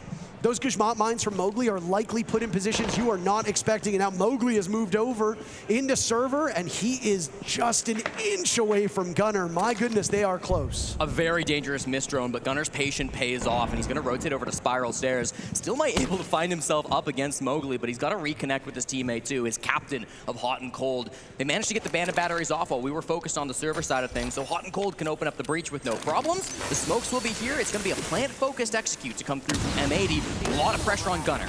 Logic bombs go off, and that will keep Savage at bay for the time being. They also spot Mowgli at Hot and Cold, and Gunnar will now work together to get these final 2 picks. Neither with Diffuser at this point. I imagine kills will be the focus. Gunnar itching for something, but that yellow barrier, it is preventing the Ella of Mowgli from being spotted. Some pillar play. Gunnar will now attempt to flash out yet again, so Houghton can capitalize off of that. No! Hot and Cold with the inadvertent team kill. He's managed to down 2 in this position, but now we'll have to do battle against Mowgli, who's still over on this yellow pillar. Hot and Cold totally redeems himself. M80 up 2-0. Matthew Stevens, what a clutch to come through. That was a smart play coming out, because what he did, Parker, is he went into the breach, he smoked it off, and he dropped the defuse kits. So when the Solus is inside the bomb site and using her scanner, she sees the kit just on the main breach, and she thinks that's where it's going to be, but no, rotates over to yellow. Unfortunate chain of events with the TK, but it doesn't matter in the end. Clutches up the 1v1 on the radio side of things. Really nicely played by the Hot and Cold. And M80 off to the races now here. You could see the frustration starting to spread across the face of Savage right as that round ended. I mean, what do you do if you're Savage and Mowgli? That was played so perfectly by M80 to trip them up, give them false hope. It was a bait and switch. And now we go into another critical round for Team Secret. If they go down 0-3 defending on this map, now look. 10 seconds to go. You can conceal a map for a quarter of the year, a third of the year, half the year, a year, 2 years, however long you want. And you can feel good about it in scrims and unofficial matches. But every team will tell you that that is a poor substitute for an actual game day match, especially on stage, especially with the pressure of an elimination game. These are not the perfect settings for Secret to unveil a map that they have kept, as their namesake suggests, a secret. Yeah, I mean, it's a risk that they had to take. They knew it was going to be tough like this coming into things. How many times in Siege have we seen that? Oh, we're saving strats. We're saving the map. And then when you show the strats, and it's like, maybe there's a reason we weren't playing this map all season long. Still plenty of time to bring this back. If Secret can get a 4-2 half, I mean, they're honestly fine with that. This can still be a good game for them. A lot of information now being brought from Secret. Ella is a lot of things, but she does function as an intel op. Those Guzmat mines are proximity-based mines, so if somebody's coming upstairs and you have a Guzmat mine there and you hear it go off, that's information. Big plays coming through here over towards yellow stairs. We can see exactly what this plant wants to do. They're going to go CEO side, Parker. They want to try to jump in piano window, and here it comes. And Gavin executes Joom, who's been okay, but nothing really remarkable. Diffuser going down. No, Hot and Cold will peel off. He'll attempt again as Adrian is down below giving calls. Gavin shut down by the Solus. A Solus and a Pulse on the board will make this difficult, but Hot and Cold pulls it off. Now it's Savage on the flank. As you can see, Gunnar is waiting for him. Nitro Cell goes off. Noah finishes Houghton with his sidearm out. The advantage for M80 now as they wear down 15 seconds on the clock and continue to do so. Noah and Adrian will double up. No real time for intel, so it's just fighting inside of the site. Gunnar eliminating Noah, and now it's Adrian to long arm, but he's not going to get away with it for very long at all. Diffuser hot on the case, quite literally. The North Americans off to a 3-0 start. What a great push coming through, too, from M80. They had all different angles being covered. There was a pulse down below, and Adrian got a little distracted by the other player in the bomb site. The entry coming out from Gavin ended up really catching him off guard. Looks like we're going to see another little play coming through after this little issue. I mean, we really do have to see Secret coming back alive on this defensive side, right? That pulse play from Adrian just wasn't something that we expected to see from him, and I don't think it's something he's got a lot of practice with. Again, maybe in scrims, maybe in some of those other unofficial games, but we haven't seen it from him in a big moment like this, and so when your pulse isn't able to spot out that plant, information's not flowing, and you're being hit from up above, you're being hit from the front door. There's so many different dimensions to that M80 push. It becomes really, really tough to get through that. And one player who was holding his own very effectively on Border was Mowgli. He is at the bottom right now in this team's ratings in terms of kills. He's at very minimal impact. And a player like Mowgli thrives as that lurk and flank role. Now, Consulate's a big map. It's not as linear since it's been reworked. There are ample opportunities for you to get a flank and backstab, as our good friend Leo on the desk often talks about. But Mowgli has just not been very effective at all. It looks like we're going to see a Secret timeout. Guys, so we can make up the plays before they actually go for it. First and second round, we're perfect onto that. We just needed that information, and we need to keep talking onto that. It's easy to do the last 3 rounds, but we need all of you guys focus on what you guys want to do next, you know? Because the reading is there. You guys know what they're going to do. So how are we going to retake? How are we going to make the positions? They are having a lot of information, so we can use that to bait as well. You know, the flanks, and then they stop their play. So use that into your favor. It will be good, guys. With more traps, I think it's the same thing. They're trying to split up a little bit, and if we can just pick up more traps, it's just easier to us to make up plays on them as well. Okay? Yeah. You guys got this. We're on the road, guys. Come on. Communicate, please. Let's give everything, guys. Come on. Can you take Falk, Jim? And I'm gonna take the Warhow here. No, it's just by default. Another 3-0 timeout coming through from Twister, doing what he can to try to get his guys back into this game. It's not been the start they're looking for. Hoping to catch M80 off guard a little bit, play a few more of those trap operators, punish them for playing quickly, because M80 are playing quickly. We saw that in just the previous round. Operator bans came through around the same time, too. We did get a Deimos ban from Team Secret. Going to be banned out up against M80. So we're going to see kind of what that comes into effect for. Kino played it in round 3, but we didn't really see a lot of Deimos before that. No, and I mean, Secret's read is largely correct, and it's the complete opposite, or it's the complete same thing we saw on Border, just obviously opposite teams here. Right. The big mark against this M80 squad on Border was that they were too passive as they were defending. They weren't bringing that engagement to Secret's doorstep. On a map like Border, you've got so many opportunities to do that. It is a frag-heavy map. You get boxed in very quickly if you don't try to land a first punch, or at least a counter punch, should the attackers be particularly quick. The same thing has happened here from Secret. I have liked the looks of some of these Secret defenses. The Solus Impulse of the previous round, the Solus the round before that. But M80 are reading into them so spectacularly that they're not finding any value. So what does Twister say? We need to bring more traps, we need to slow them down, we need to meet them at their aggression. That's easier said than done. M80 was not able to do it in map number 1. Can Secret now do it here to turn the tides? Well, it's going to be a new look from the North Americans. They're going CEO side, Parker. This is what we were talking about right as this game was beginning. Going to be trying to get in that CEO window, get a plant down. Hot and Cold going to be on that Capitao to do his best, and then Kino will be covering on that Glass. It's a deadly combination, but they've got to have some distractions elsewhere as well. Gunner right back to the old balcony where he got his first multi-kill of this game. Huge impact, 3K in round number 1. Going to be pushing that same dimension. Similarly, you're going to have Diffuser likely over towards Yellow Stairs. You're going to potentially have a player down below as well. You can't get denied from the bottom floor. That would be devastating to this execute. So they've got to have some kind of pressure in that direction too. And that is a devastating loss. Joom runs out to find Hot and Cold. Probably on Repel, and that's Diffuser down too, and yeah, that looks exactly like the case. Not the diffuse case, but the cases in the actual game itself. I know these words obviously are interchangeable. We already did the phase versus phase thing. And yeah. Ace is the caster, and Ace is the operator. And Ace is getting 5 kills. I don't want to repeat myself here. I don't repeat myself too much. Well, I mean, we might have a repeat of the flank. Last time we were on this bomb site, it was Noah with the big flank. This time it's Joom who's in that position. He just tossed out a Nitro Cell, didn't get much, and it might be a little late as the flank comes thin. This is a very brazen swing by Kino. Down goes Gunner. Joom having a fantastic go of it, but a double back from M80 as they've equalized these numbers. The Tachanka of Adrian held at bay for the time being. Case has been surrendered. Now Gavin will pick it up. Diffuser finds his second. Secret being knocked down one by one, strewn about this map. Noah's dead as well, and it's all up to Adrian, who found himself in harm's way. What a terrific round from the Brazilian. Kino lets him know. Kino rising to the occasion. Secret still held off of this scoreboard. We saw domination from the Europeans in map number 1, and now it's time for the North Americans to do the same.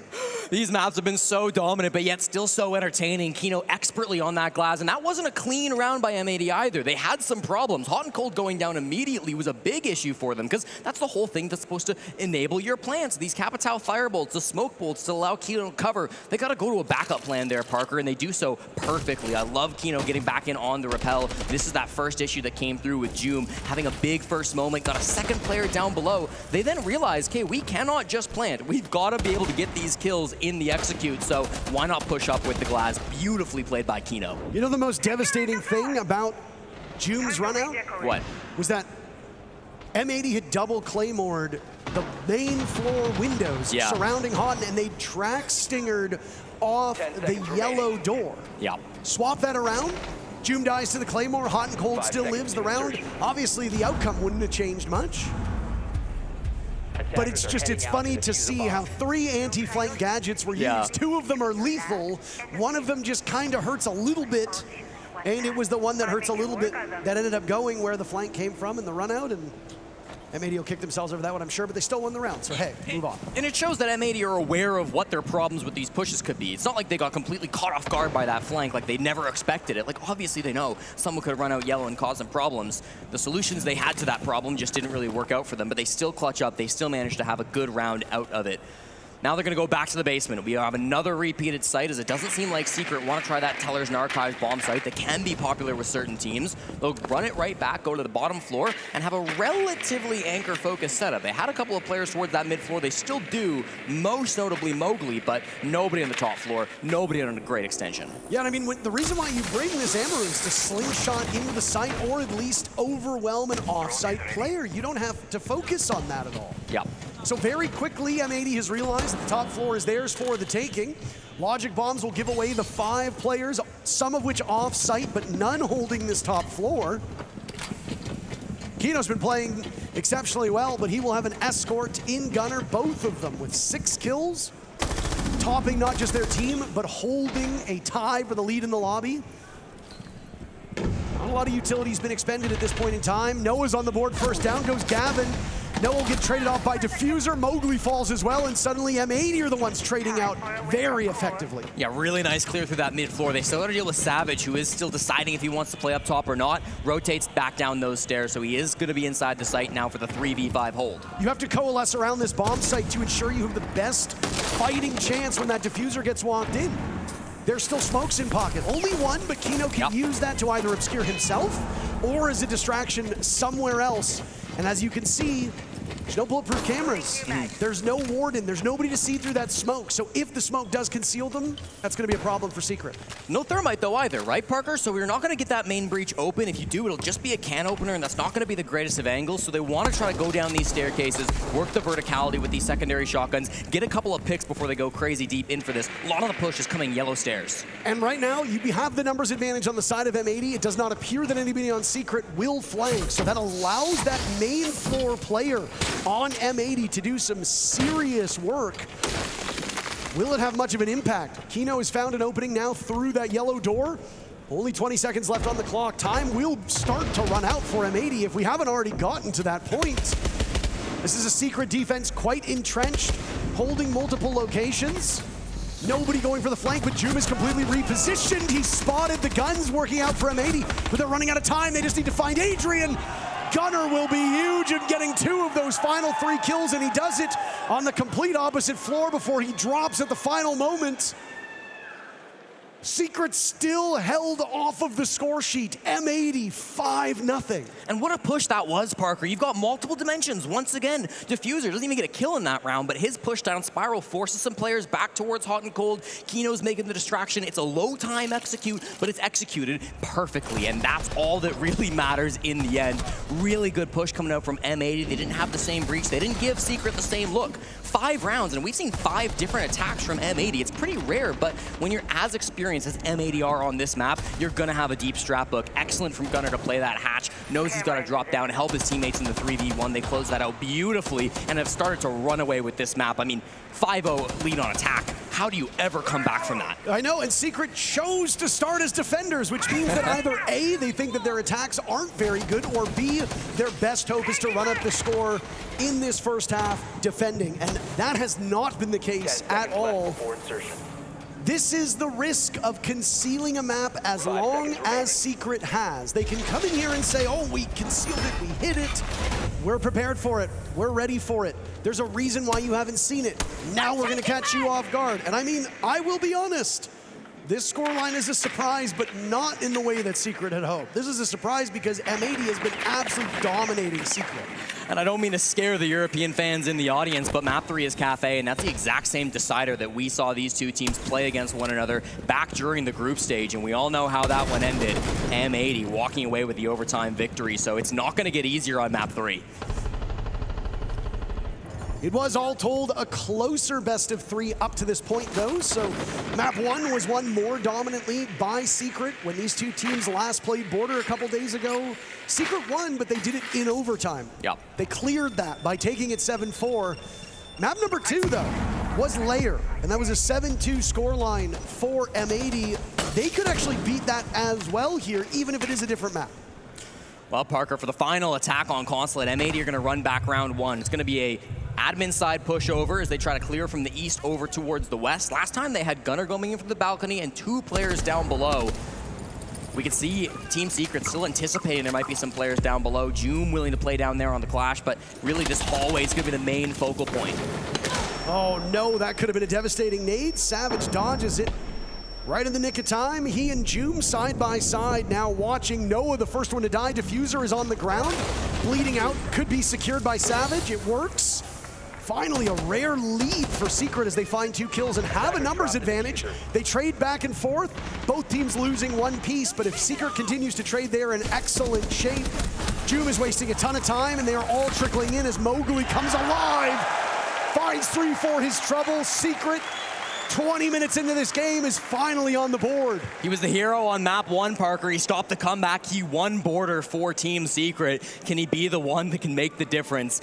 It's still a mountain to climb, but getting at least 1 defense gives you a chance in this second half. Really smart to read that push. I thought it was an admin side push, just like what we saw in round 1, but the Diffuse could actually drop yellow stairs. They were going from multiple dimensions, multiple angles on that execute, and Team Secret read it really, really beautifully. Big game coming through from Mowgli. He's not had the best tournament so far, Parker, and that's kind of rare to see from Mowgli. This is his 11th international event, and he has never in his career gone negative at a tournament. He went even a single time, he went positive 1 at a single time, but he's never had a negative event. Coming into this event, coming into this game, he had quite a negative KD, I believe -25.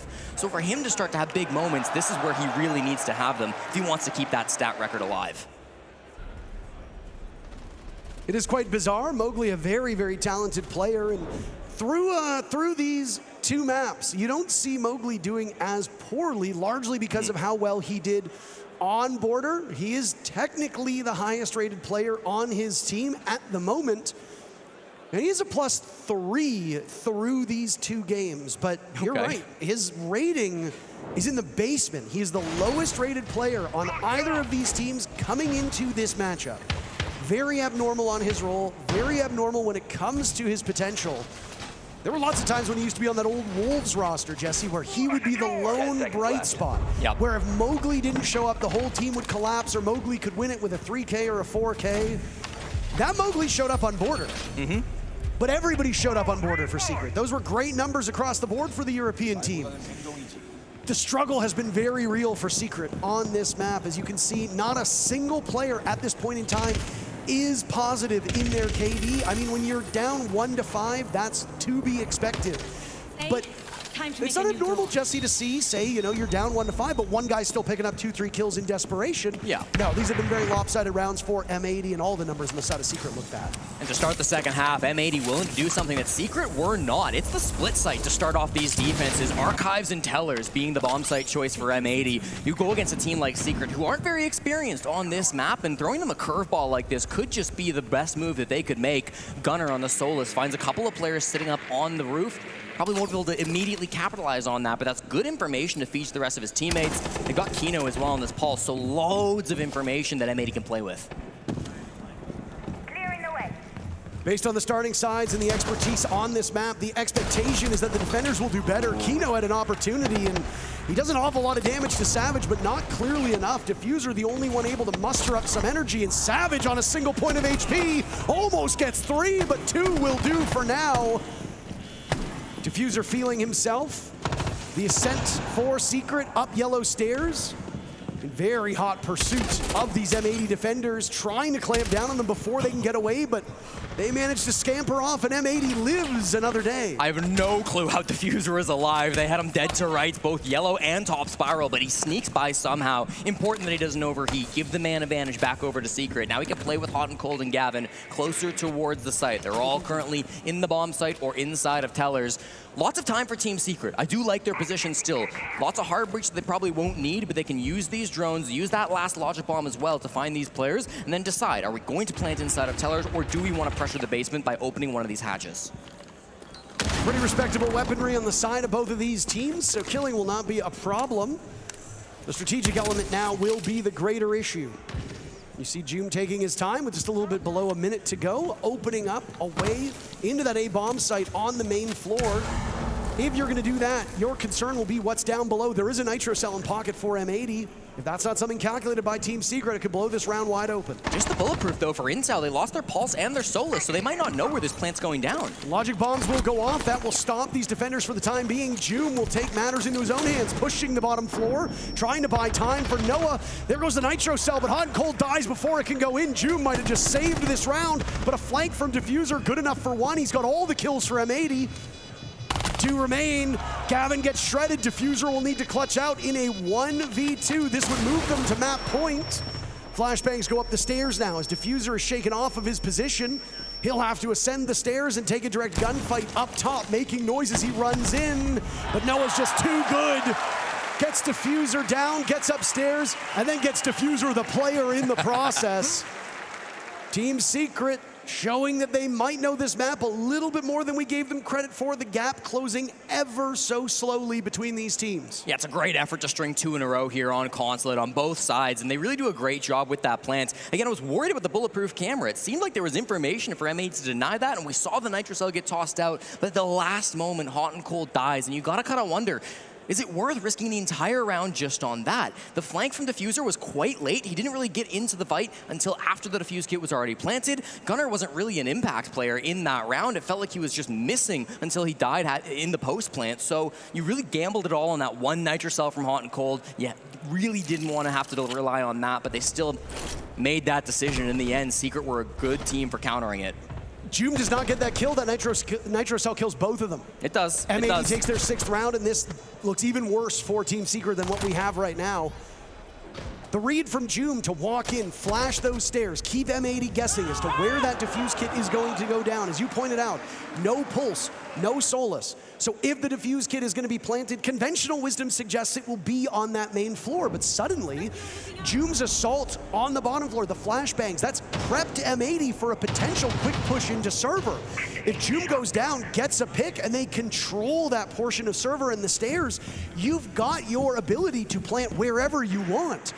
M80 has to expect to pivot, and when the pivot doesn't come in and they hear the sound call, there goes the nitro cell, and Joom saves the round. So not only is he able to distract them, but then he gets one of the most critical picks to not just buy time, but keep both him and another player alive and in this, and that wins the round for Secret.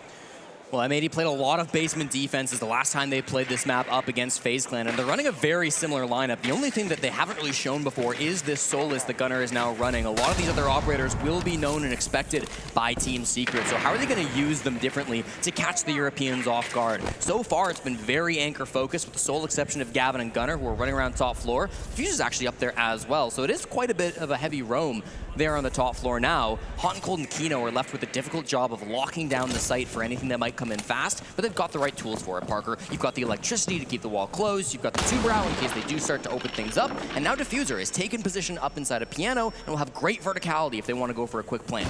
He's gotten a call that they're clamping down on him over towards Zulu. Flash goes out and he has no choice but to swing desperately. Savage handles him with relative ease. Logic Bombs assisting Secret to gain information. Gunnar guns down Noah, but there's a second there. Gunnar in a fight for his life in this position.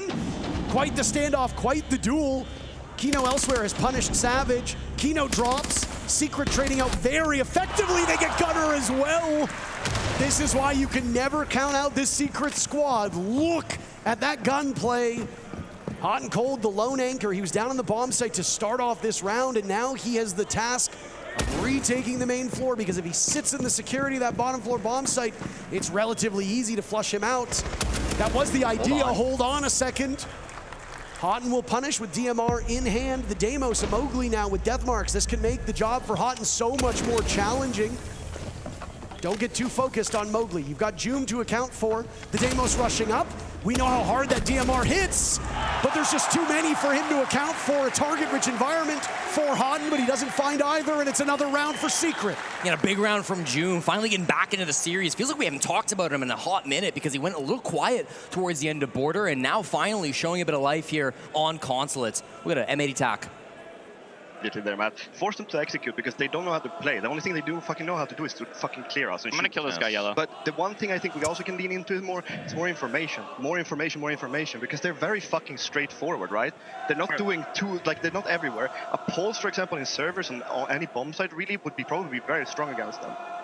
Because they don't know how to clear out everything. And they just be reactive to help each other. But more execute-wise, try to see how they do that with that. Because right now they've only been fighting us and we've been giving them the fights. Yeah, I still think you go visual here. Remember, Deimos and Grim are both up. Okay? Deimos and Grim are up. Matt, you have to go make. Just keep composure, guys. Keep composure. Let's get this done. Come on. Matt, make guys low, okay? Yep. Reassurance, but also confidence coming through from M80. They know that they can play this map better than Secret can. They don't have that history, and so I think it's a right call from Fabian. You've seen a lot of relatively basic pushes. They're all going to be focused on the roam clear, play the site, force them to do the difficult job in Siege, get the execute down, get the plant down. Secret can be really good at this, but we haven't seen it from them on this map, so why not test them in that angle? That's really what Fabian's trying to stress in that tack timeout, and it might make the difference. A very different attitude from Fabian too. His timeout that was called in map number 1 was a dad scolding his sons. Let's be frank. Yeah. He was not in the best headspace. This time around, much more complimentary. We know what we're doing. We know how to do it. This is our map for good reason. Play your game. Don't let them play theirs. Meet their aggression head on. They're going to keep clearing us. 10 seconds left. It might be packaged in a different way, but that same concern for map 1 is still present, Jesse. Fabian is still saying they are doing an excellent job of clearing us. Yep. That was the problem for these M80 defenses back on map 1. Those same issues have now crept in here. M80 just not showing what they are capable of by defending. Far too passive for their coach's liking, and Fabian is hoping that this time around, M80 is actually able to do something about it, because if not, Secret's going to keep picking up rounds. Very close nitro from Gunnar. If he holds that a little bit longer, probably gets the pick on a Mowgli. Taking Fabian's advice and bringing the pulse in on this round. Last time they played this site, Kino was up on the pulse, but that allows Kino to flex over to the smoke now. A little bit more of that plant now that can come through. Flores doing some work on the spiral skylight. This will be expected by M80. Very common to see that come through. Clear out both the barbed wire as well as just the desk position at the top of spiral. Can be really awkward to clear out if you don't have that Flores. Most of this push, though, does look like it's going admin side. Gavin on the Vigil will be the first point of content. The mute ban is going to empower this Flores an awful lot as well. The singular best counter against Flores on this map, because of the narrow door frames. Joom will find that out in unfortunate fashion on a narrow door frame. Leading the way on his team with 8 kills, tied with Savage, who's had quite a bounce-back game after a slow quarter, but he wasn't needed. Gunnar decides to ego challenge Noah, and maybe not the right plan there. I'm not sure what the idea was, but the whole reason behind you bring the pulse was for information. Now you have none of it for a minute 40. Yeah, I thought he'd get a free pick. He knew the position. He tried to get the pre-fire, but he just doesn't find the head, so now Gavin's got to get aggressive instead. Drones being used to get Gavin out of his position. He had backup, but they don't want to engage. Waste the timer, waste some utility, keep Secret guessing, and live to fight another day. That's the goal for M80 now as we've just passed the halfway mark. So we're going to go back towards the site execute now. Looks like the roam clear is done. They've got the admin side control of the map. There's not a ton to deny this plant. There's no C4s. We do have the smoke and the Tachanka, but a lot of those are going to be focused more towards CEO. Hot and cold in particular, very far from the potential plant spot. If they kill Kino, then this is looking like a very possible plant. That's why he's got gun up right now. Very worried about that balcony position that Noah is playing. Got to be very careful with this hallway too. The drones have been very effective for Secret. They have been able to pinpoint where these defenders are playing. Kino might be a man hunted and wanted by various players, but as you think Savage is encroaching on the site, Diffuser is there to say no thank you. Noah finds yet another, but Kino immediately trades that one back. Mowgli getting Diffuser down. Adrian now rushing in to help. Nobody on the side of M80 seems to be aware of this. Now Kino's been dropped, Mowgli dies, but Kino and Gavin manage to double up. Kino a kill from the grave. And M80 moves to map point. Kino knows that his life is not what matters in that round. He has to stop the plant. I don't think they realized the plant was going down until the last moments, but it's just enough time to swing out with the shotgun. The coverage isn't quite good enough, and Kino perfectly plays that position, tucked up close to the door with the SAS shotgun. It's a spot that he has played so many times now. He's such a good SAS player, and I love the way that he ran that. Deimos and Vigil both taken out on the next set of operator bans. That Vigil causing some serious issues for Team Secret. Team Secret's been bringing intel time and time again, whether it be the Dokkaebis, whether it be those XS drones, because Twitch and Flores have goals when you bring those drones. If you're a Twitch drone, take out whatever utility you're able to see. Black eye cams, those Goyo canisters, whatever you come across. Pop some mirror windows. Yeah. But it also gains you intel. And Twitch is able to bring, because of that, 4 drones that don't have an expiration. Flores obviously functions a little bit differently. One of the best operators, if there's no mute on the board, for clearing out utility that is hard to reach. And while Flores gains you intel, those drones don't last a long time. So it blows up, you go back to the drawing board. Secret are obviously very uncomfortable with the way that M80 is setting this up. They need those intel ops to get into the building successfully. They're bringing a different way of doing that this time. They've got an IQ for intel, and they'll bring the Dokkaebi.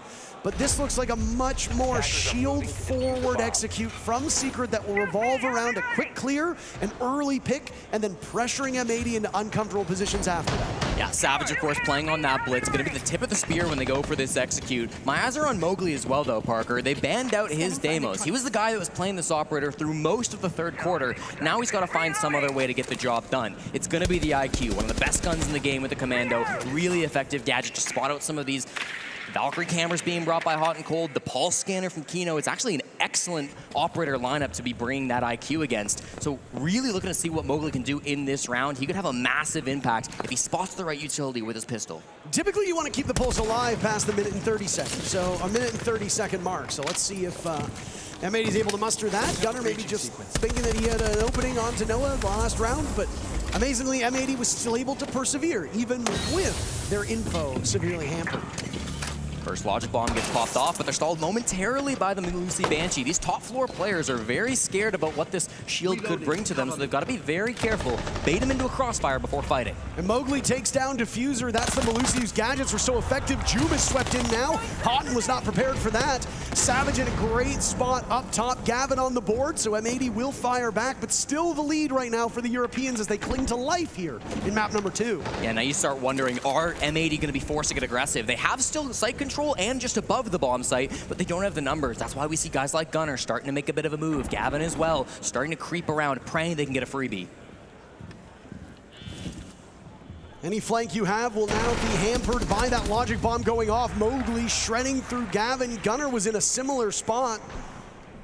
He's managed to quiet his device, so it's just Kino now who's being heard as he's got a nitro cell for the shield over by yellow stairs. Savage heard that rip, he'll fall back. And a nice pre-fire. Kino almost gets a second repositioning on the run, using that bulletproof camera to his advantage.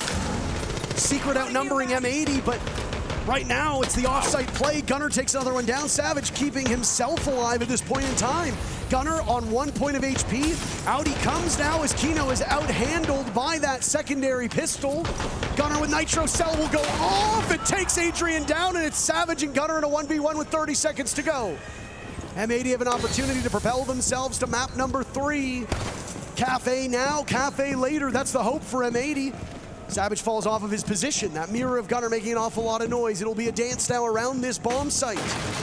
Gunner's going for a full runaround.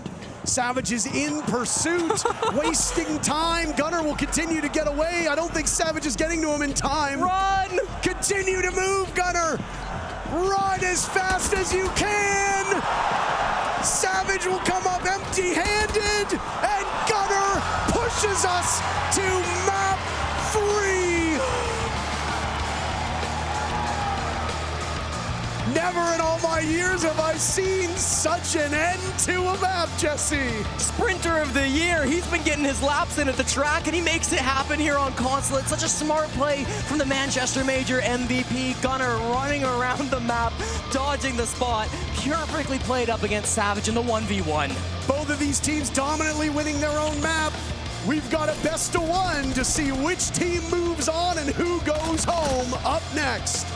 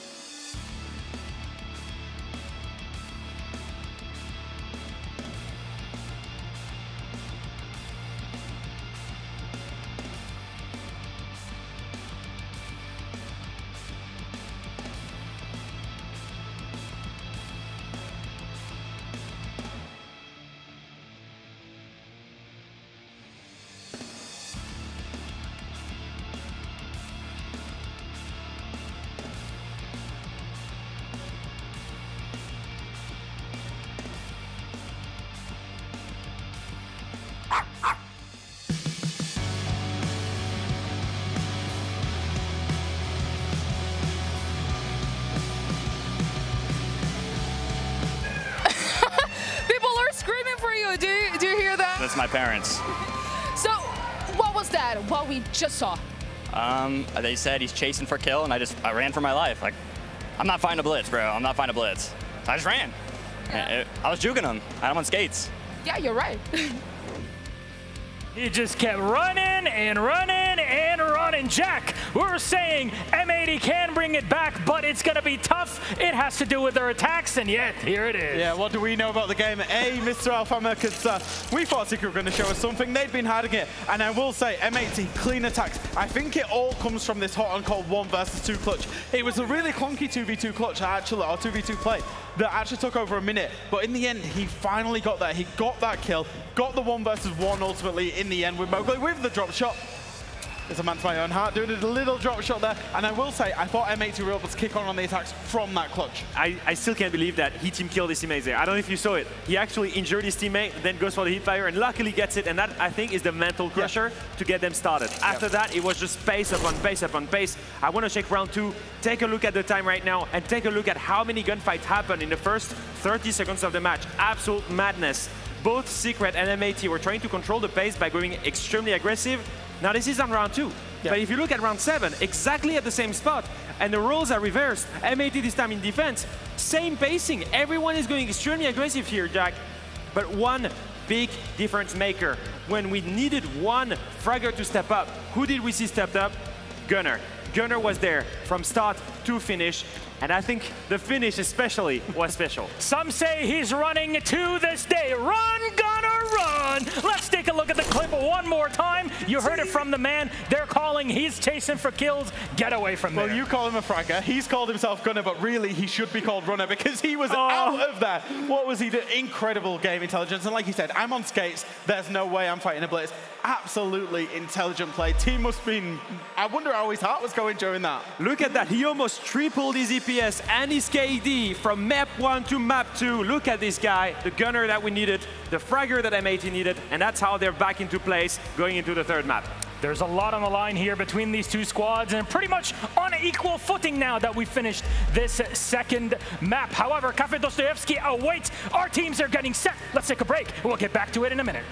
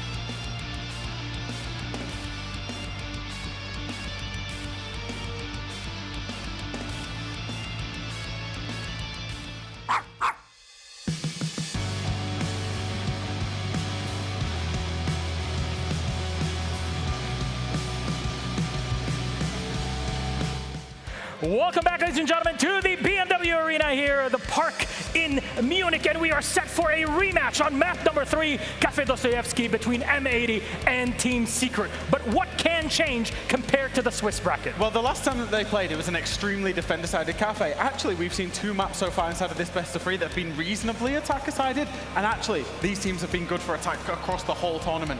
So for me, it's whoever does the best on their attacking half is going to have significant advantage. So the pressure right now is on Secret, right? They lost the last map, and they're also starting an attack. As you can see, M80 is waving towards Secret. They're taunting them. They've got the momentum with them. What happened the last time? Well, it was frag heavy. On one side, Gunnar dropped 15 kills. On the other side, it was the likes of Doom. On one side, the German. On the other side, the American. We need the 2 of them, the 2 fraggers, to step up right now and carry that team. We absolutely need that. We also need the energy from everybody here with us in Munich. So, ladies and gentlemen, do you think it'll be M80 taking it? Is that Team Secret? It's going to have to be cut on Café. Let's send it to our casters. Intero Jesse, take it away. Well, thank you so very much. It goes back to the map that they settled the score on before, but the stakes are a little bit different this time. Team Secret ascending up to this point. Do they come crashing down? Does M80 pull off the reverse sweep, or does Secret bounce back, swimming against the currents that seem to be getting stronger over time? Café, our last map between these teams. Let's load in.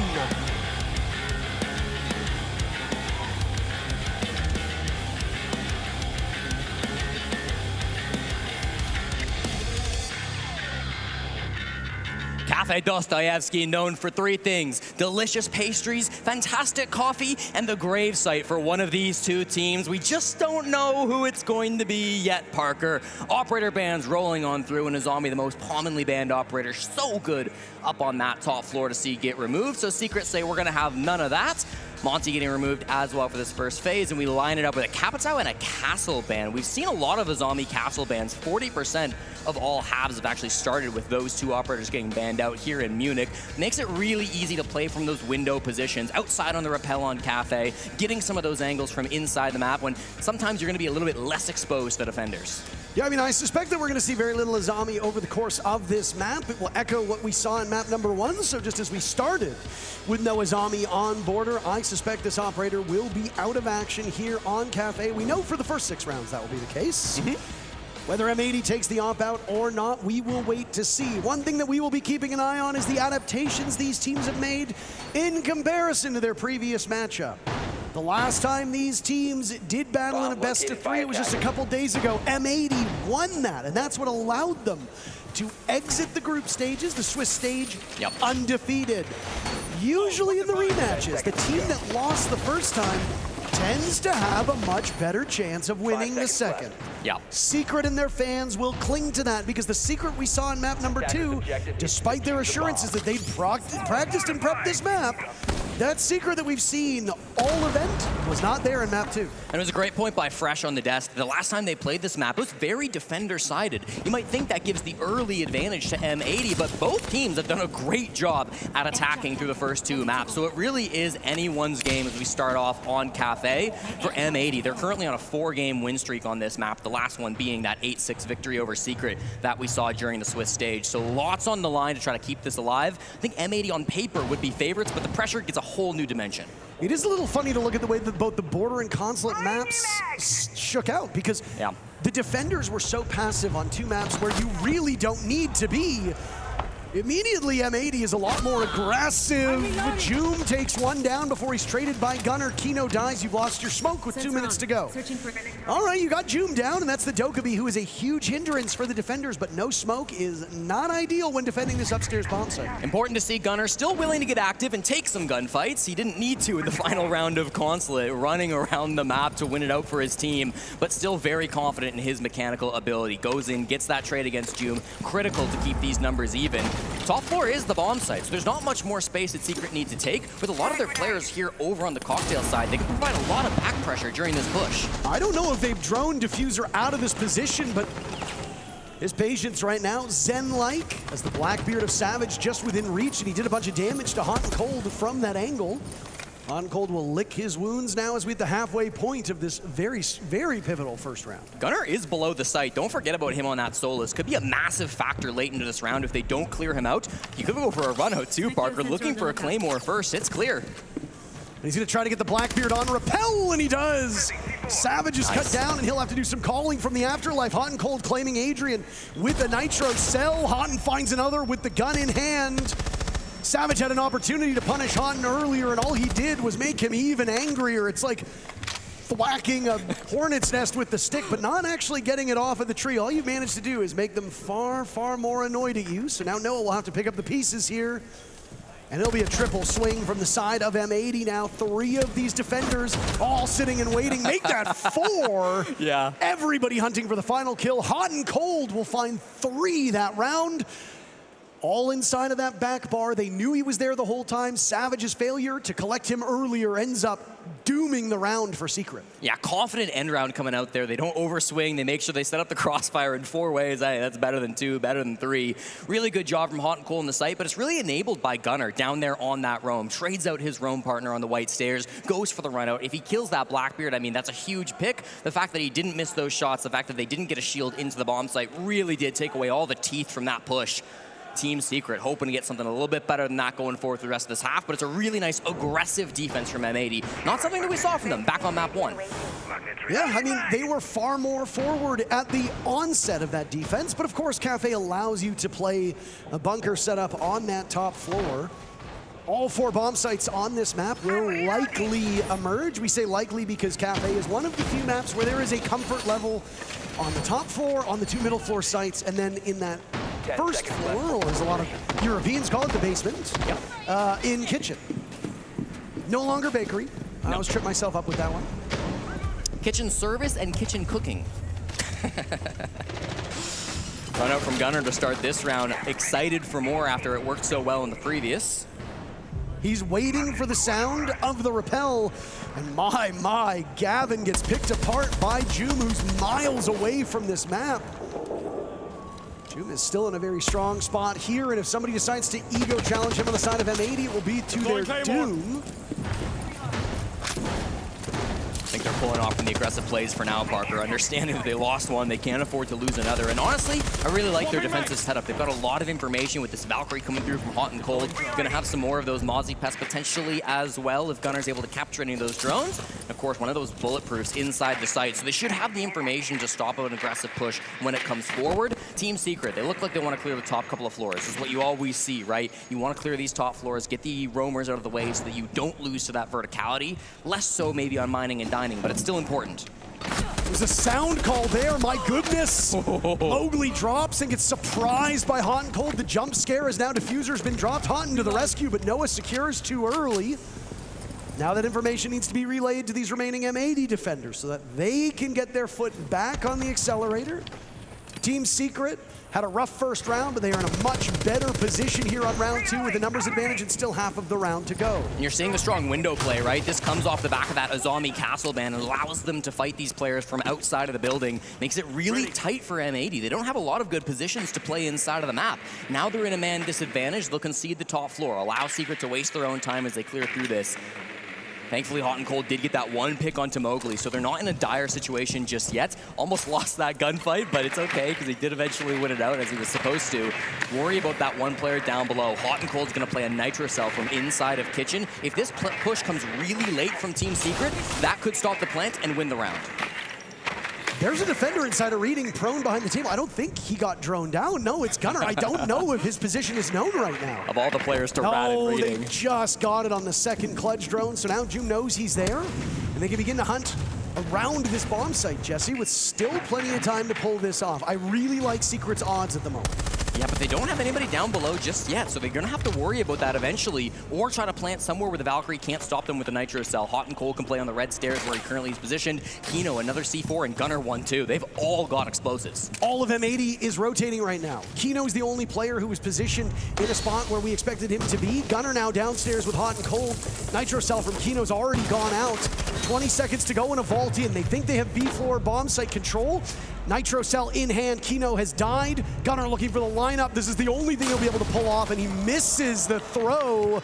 It gets caught on the roof above.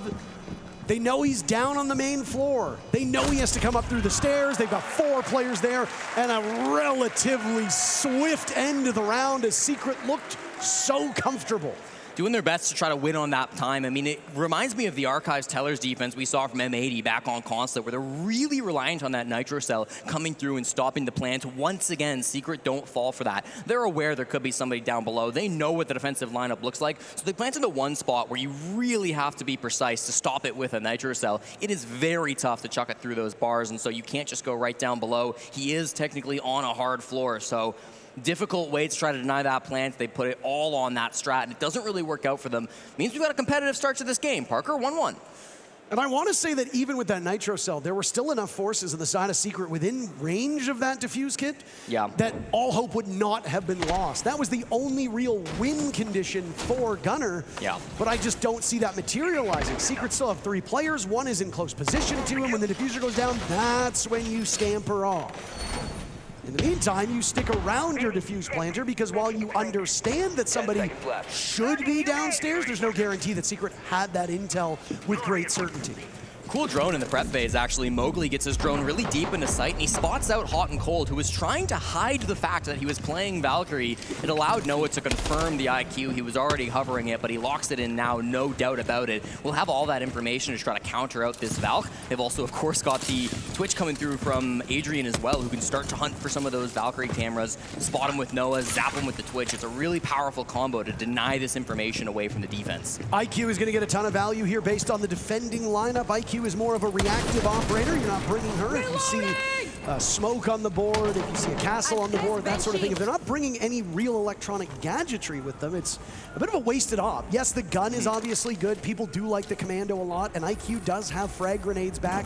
Admittedly, maybe not as strong as they used to be, but you're going to bring this operator solely so you can play off of what the defenders have brought, and it is a great counter to M80.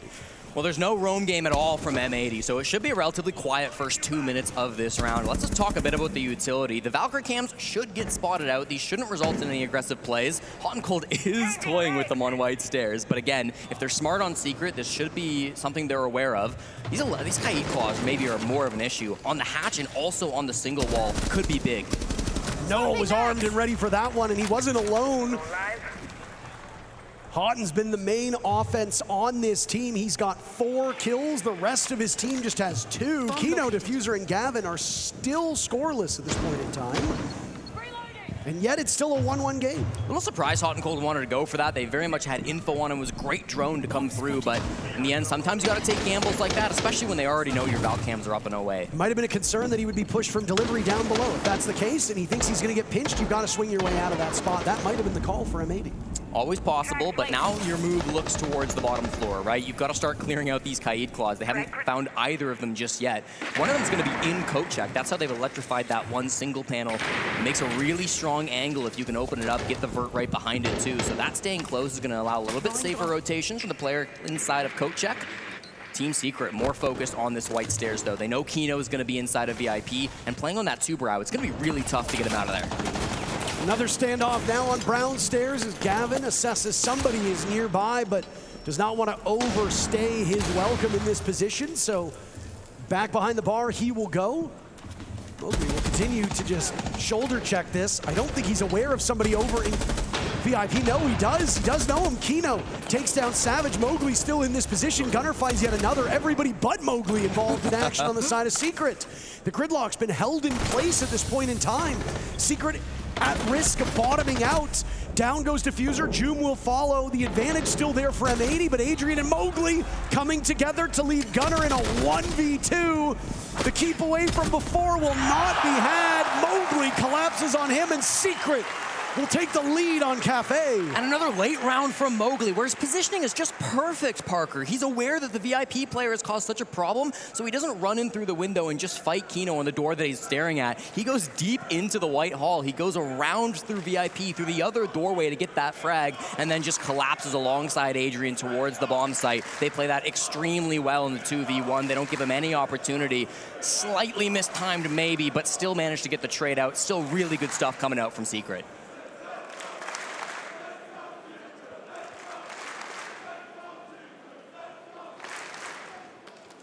As the Let's Go Secret chant dies down inside of the venue, we were approached after map number 2 by one of our stage managers and asked, "Is there anything I can get you?" And I said, "Yeah, how about a competitive third map?" And she said, I'll see what I can do. And so far, we are being treated to a more competitive start than we experienced in maps 1 and maps 2. It's one thing for you to win your own map. It's another to do so quite so dominantly. Team Secret bulldozing M80 through border.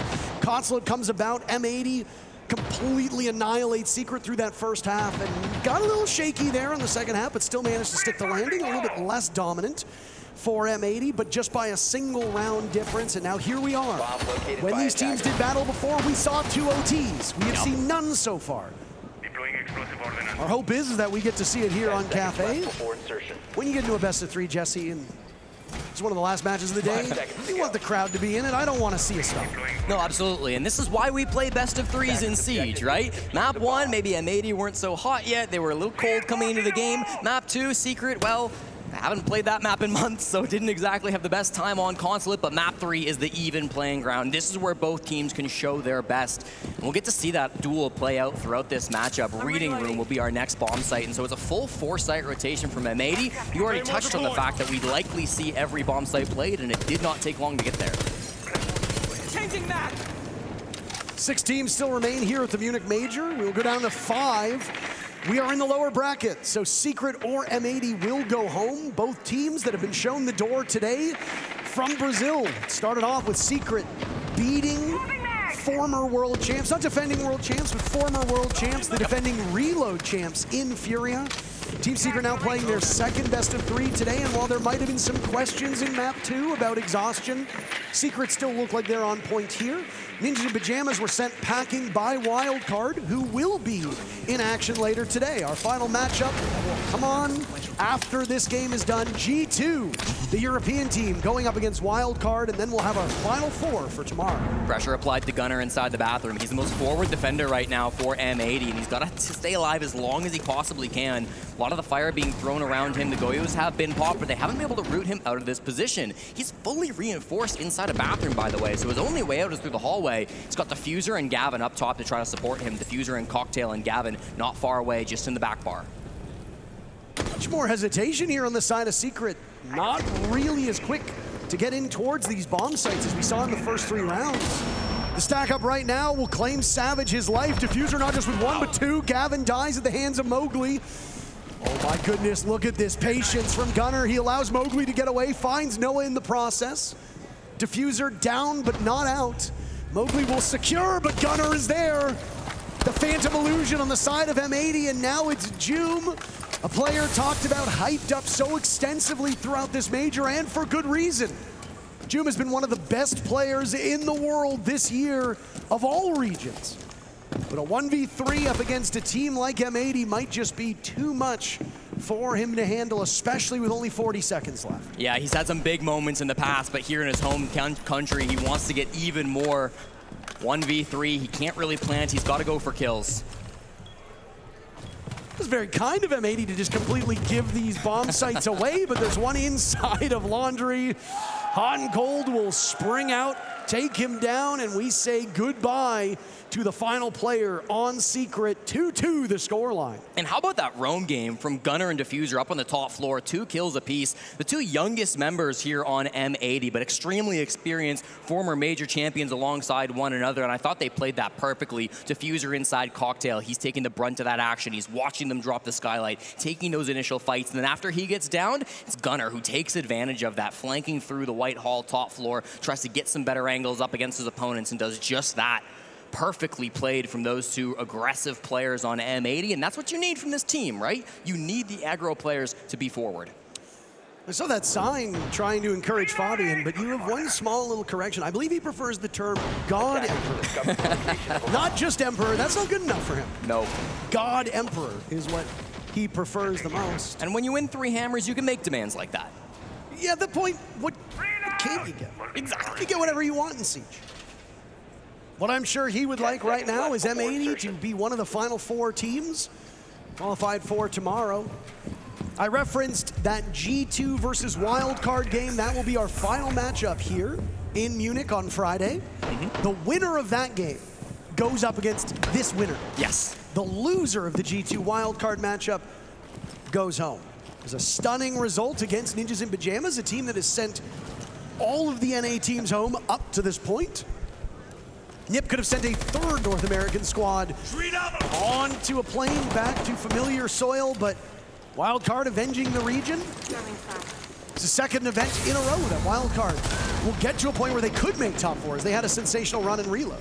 Secret, different approach this time. They don't want to go top down and deal with VIP. This time they're going to go bakery side, Parker. They've got a lot of pressure over on this side of the map. Diffuser just playing in behind the door, and then Hot and Cold inside of Prep, playing behind that reinforcement. It's all about, can you work a pick onto these players? It's really difficult, especially without verticality, to get a guy out of bakery. He's just got so many different angles to peek you from. Now they're starting to rotate a little bit. Maybe if Mowgli can move up on the top floor, the drones are discovering that there are, once again, no roamers at all for M80 on the second or third floor. So if you can take that for free, use it to your advantage, dodge these C4s, ideally, and then start to work something vertically, I think it could work a bit better. I'm curious what intel they're using to guide that Nitro Cell's detonation, because as you see on the side right now of M80, there's no bulletproof cameras, there's no dedicated intel ops. Valkyrie's obviously been banned out. You're not running a Solus, you're not running a Pulse, you're not running a Maestro if you want to use him in that way. Echo, another operator that is used quite often, especially on these bottom four bomb sites. Yeah. Not present whatsoever for M80, so you're gonna have to just play off of instinct or sound as that Nitro Cell is still there. Yeah, I mean, he's got a good opportunity, so many angles, but doesn't find anybody on the vert just yet. There goes the explosion. Nobody dies to it, so good from Diffuser to try to be patient. You see the Nitro Cell from Gunnar just barely miss, and it leaves everybody on Secret alive. 60 seconds to go, Parker, and everybody's still up on the board. You gotta wonder, where's this plank gonna come from? Currently, June holds it red. Oh, and Gavin catches him inside a coat check. Mowgli shredded through. That's a very important part of this map for the attackers to hold. They get so much potential inside the site. And now Secret hastily trying to find some new footing. Savage gets dropped. Adrian buried as well.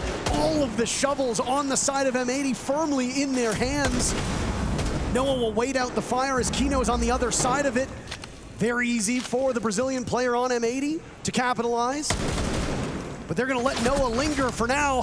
Gunnar easy on the kill. Joom the only one on the board for Secret, but it might be completely fruitless as Gunnar will send them away. M80 wins back-to-back rounds and they gain the lead again. And a big round from Hot and Cold, the 27-year-old captain on M80. He's just playing close on the brown stairs, knows that a couple of players are gonna come his way. That push from Team Secret had a lot of dimensions. They wanted front door, they wanted red stairs, they wanted brown stairs, but Hot and Cold close with the shotgun was able to take down a couple key players right at the beginning of that, and then even after he gets traded, relying on his teammates to get the counter trades, play around VIP and Whiskey. Really nice defense from M80, where they don't overextend and they don't overcommit.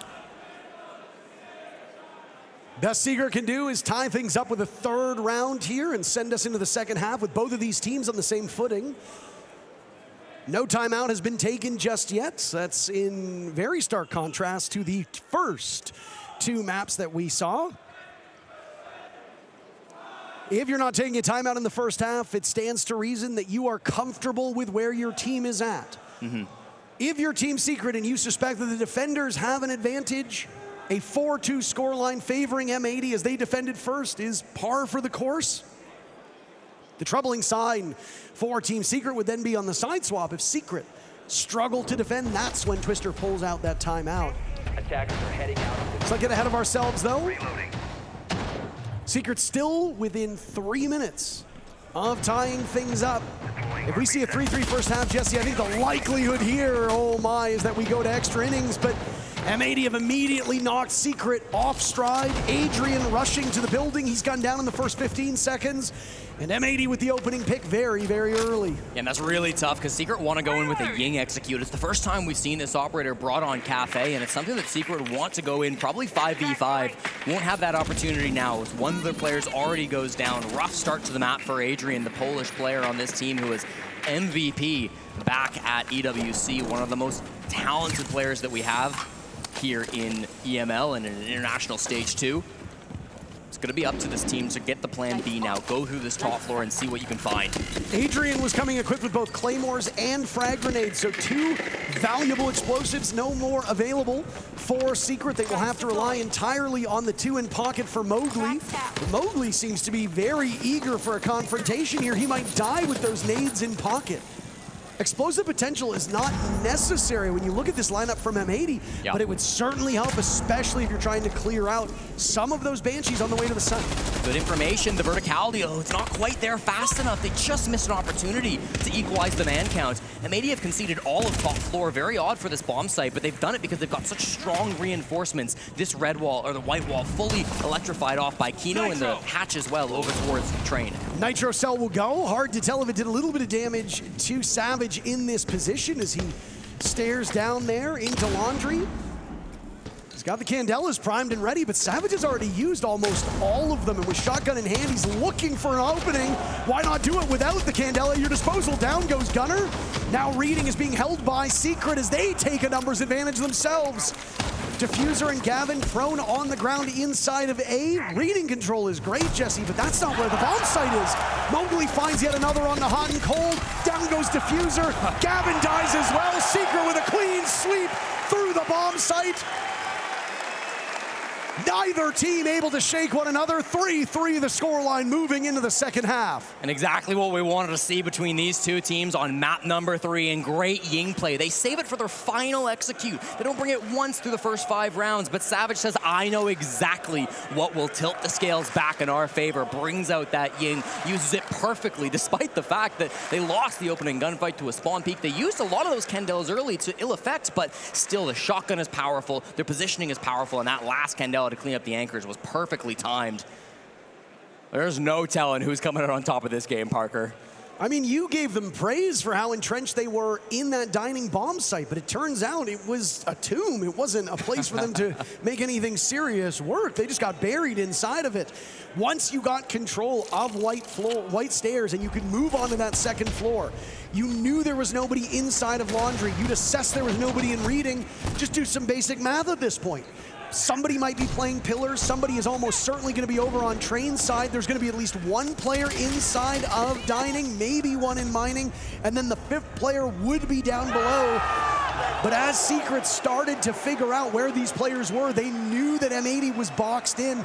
And when you are inside of a bomb site, no laser gates, obviously. Aruni cannot be played, but no Jaeger, no Wamai, any type of disruption. Concussions, flashbangs, smokes, any of that is going to have such a dramatic effect on you. M80 were just playing to survive, not to win, and they were ran over by Secret. And now we've got ourselves even footing for the second half. Felt like almost everybody on Secret got their flowers through that first half. We saw big moments from Mowgli. We saw a big round from Jumin there. But for M80, it really was a 2-man show. Gunner and Hot and Cold combining for 16 kills. And then Kino, Gavin, and Diffuser, just 4. So a really lopsided first half. That's not inherently bad, but it maybe makes you a bit more volatile. If Gunner and Hot and Cold slow down for even an instant, is there anybody else in this map who's going to be able to pick up that dropped ball? Yeah, I'm not really sure, and I don't know what's going on with these players. I mean, Gavin and Kino entered this series as not just 2 of the highest rated players on their team, but potentially 2 of the highest rated players left in this tournament. Joom has found himself outside, running back in. A nice nade dropped by Gunner, and Anvil onto the head of Joom. M80 need that confidence. They need the motivation to get back in this game. That might have been a kill just to get the job started, but not finished. And the thing is, Parker, with Joom, he's always going to take those aggressive plays. It doesn't matter if it's a big game like this where you're playing for elimination, you're playing for a spot at SI. Joom is still going to go for those plays. Doesn't work out this time, but gives his team an opportunity. Savage gets one back onto Gunner on the brown stairs, and that's going to equalize us to 4-4. I have to wonder what Gunner was thinking as now Diffuser walks in. He's cut down by Mowgli. Maybe M80 having some deficiencies with their own intel gathering. Mute is on the board. Entirely possible that Secret are able to keep that info and that knowledge away from M80, and then they can capitalize off of it. That's been a strength of Secret's. Gavin's watching a flank, but I mean, they're in the 4v3. Secret are not going to make a move. They're happy to just sit on this top floor, wait for you to push into them. Good utility still being played by them. I'm sure there's mirror windows still up looking into the site. There's a really good anti-nade with both Wamai and Jaeger being brought to try to lock down Pixel or Bathroom. This is a tough nut to crack, and with only 3 players, I don't know how M80 do this. I feel somewhat vindicated mentioning both those operators on the previous round and how instrumental they could have been for M80. They'll be brought by Secret, so no mistake being made from the Europeans as they find yet another kill. Down goes Kino. It's all up to Houghton and Gavin now. Houghton has been great, but the supporting cast on M80 has had very limited impact on a number of these rounds. Utility, sure, but killing is the bigger issue at the moment for this M80 team, especially when you look at their overlying numbers. This is a team that has no problem getting kills, and it doesn't matter at all. Team Secret pulverized the final 2 players, and Secret takes the first round of the second half, and they regain the lead. An excellent attack to come through from them on their first one here on Cafe. Once again, this team's a great attacking lineup. They're one of the best here in Munich. Their defenses have been a little shaky, but their offensive power has been so great since this tournament began. Defense, I suppose, coming through here to start off the round. Still a big moment for them.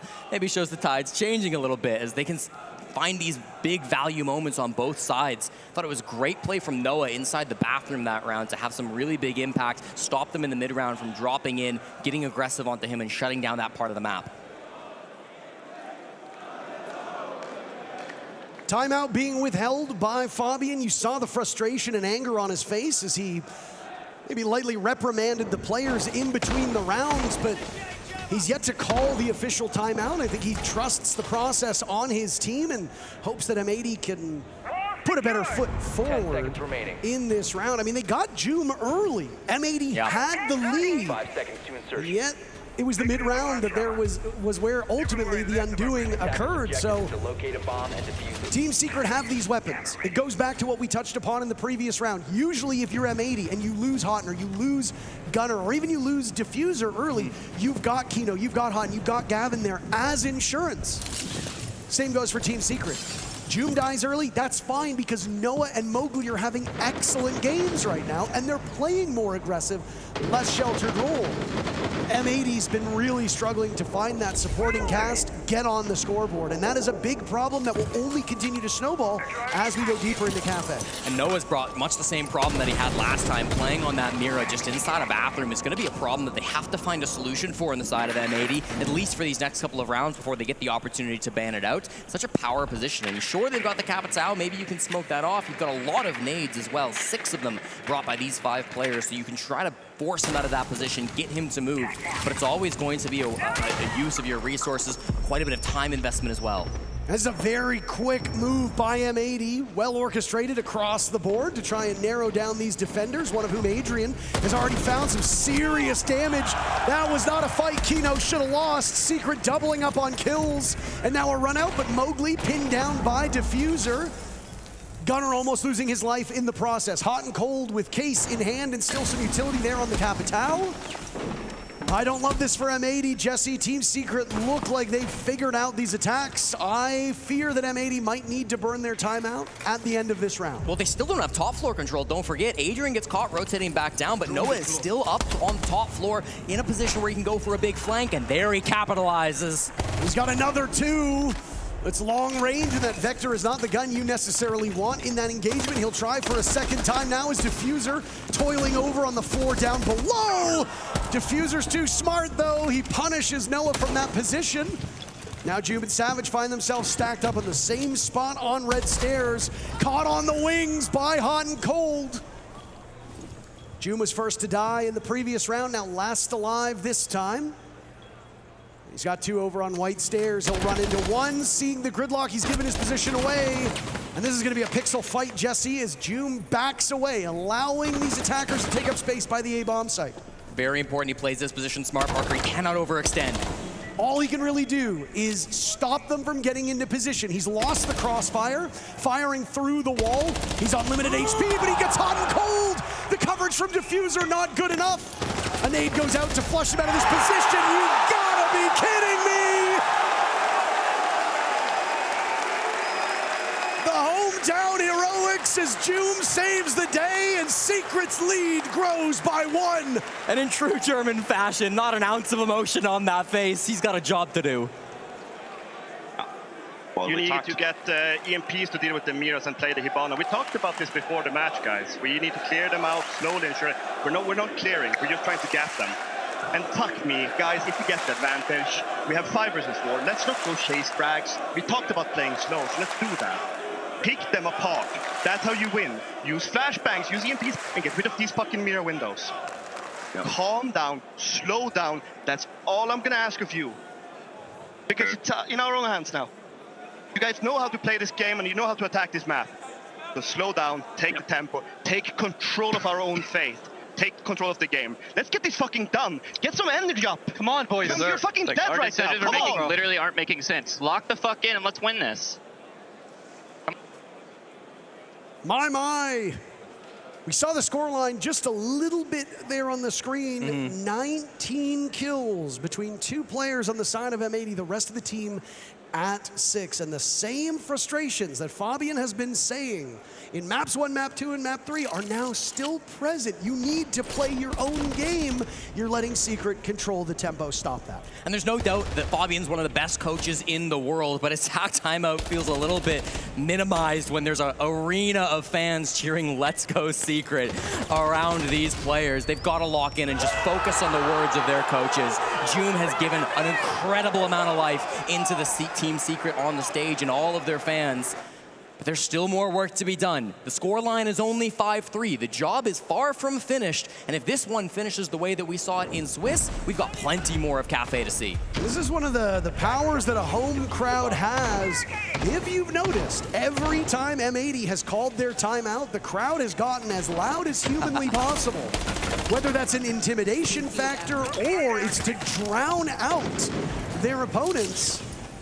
I say opponents because most of the crowd here might as well be the 6th player on Team Secret at this point in time. Yeah. It might be working to throw a little bit of nerves on the side of M80. But again, this is a team that had the crowd against them in Manchester. It was a year and a half ago, mind you. But you're kidding yourself if you think the crowd was favoring that Beast Coast roster. No, no, no. And yet the adversity only seemed to fuel the rise on the way to winning that championship. And this is critical. They immediately pop one of these mirror windows. That's something that I've been talking about this whole half and something Fabian touched on as well. They know how to counter this, right? They talked about it before the game, apparently. Bring the EMPs, bring the Hibana, the Twitch as well from Hot and Cold to clear up one of those 2 positions. Noah loves this operator on this map. He's playing it non-stop on Cafe. They've got to find ways around it. If you've got a Mira available, holding this top floor becomes an awful lot easier. Just as we see when Azami bans don't occur and Azami slips through, you can see how an extension there to the piano portion of this map pays off so well. Joom seems quite intent to start things off round after round after round, and has not been the most successful. He gets punished yet again. An early pick, and M80 now has half of the round with the lead. He's a risk taker, Parker. There's nothing that's going to stop him from playing aggressive, and that's what you need from one of your entry players. On the window, Mowgli gets it back. Challenge! Nice frag onto Gunner. Now it's back to that 4-on-4, and Secret still with lots of life. How does Mowgli determined to take that fight that seems like a lost cause? Savage blows up Diffuser. Mowgli is answered back by Gavin, and now a 3v3. This seems to happen an awful lot. Early action. We pause. Neither team with a decided advantage. Watch out for Noah. He's tucked up on Trash Wall. I'm not sure they know he's there, Parker. They're looking for their corners. They flash themselves somehow wandering in, potentially to their doom. Down goes Savage. Looking the other way for Kino. Adrian is there. Noah hits with the backstab. Only able to get it down, not secured. It's all up to Adrian as Gavin will likely be retrieved.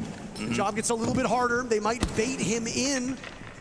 He's got a good read on the Hibana. Adrian misses his first set of shots. Kino keeps moving, repositioning over by White. He has to link up with Hot and Cold. Case in the hands, successful diffuser plant for M80. Adrian will drop, taking a drone along the way. M80 has a good idea as to where he will be. Pings coming out from Team Secret to aid their only player still in this.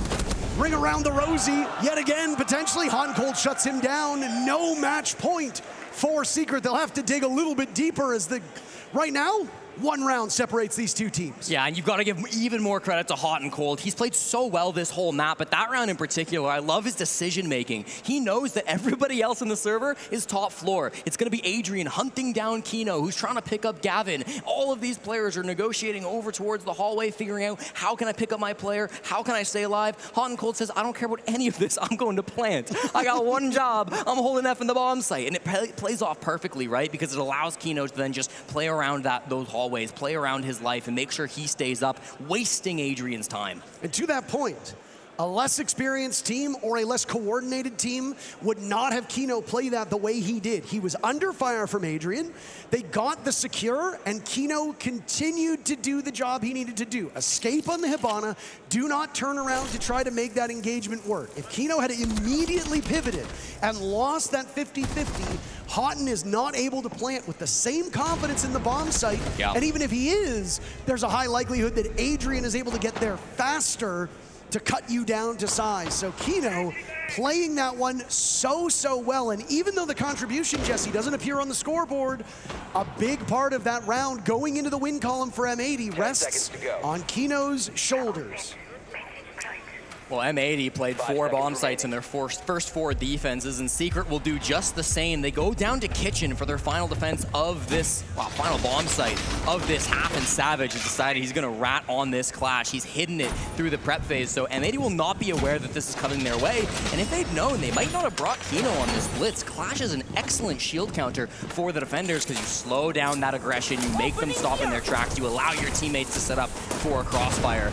M80 have brought a lot of verticality operators too. You've got Gunnar and Gavin both on these soft breach ops. With really no roamers, they should have a pretty easy time. One thing to worry about is going to be Mowgli. Lurking around Pillar, lurking around Mining. He's the one guy that might be able to get a kill and stop some of this soft breach. Ooh, I say that. Adrian wants to get involved too. Okay.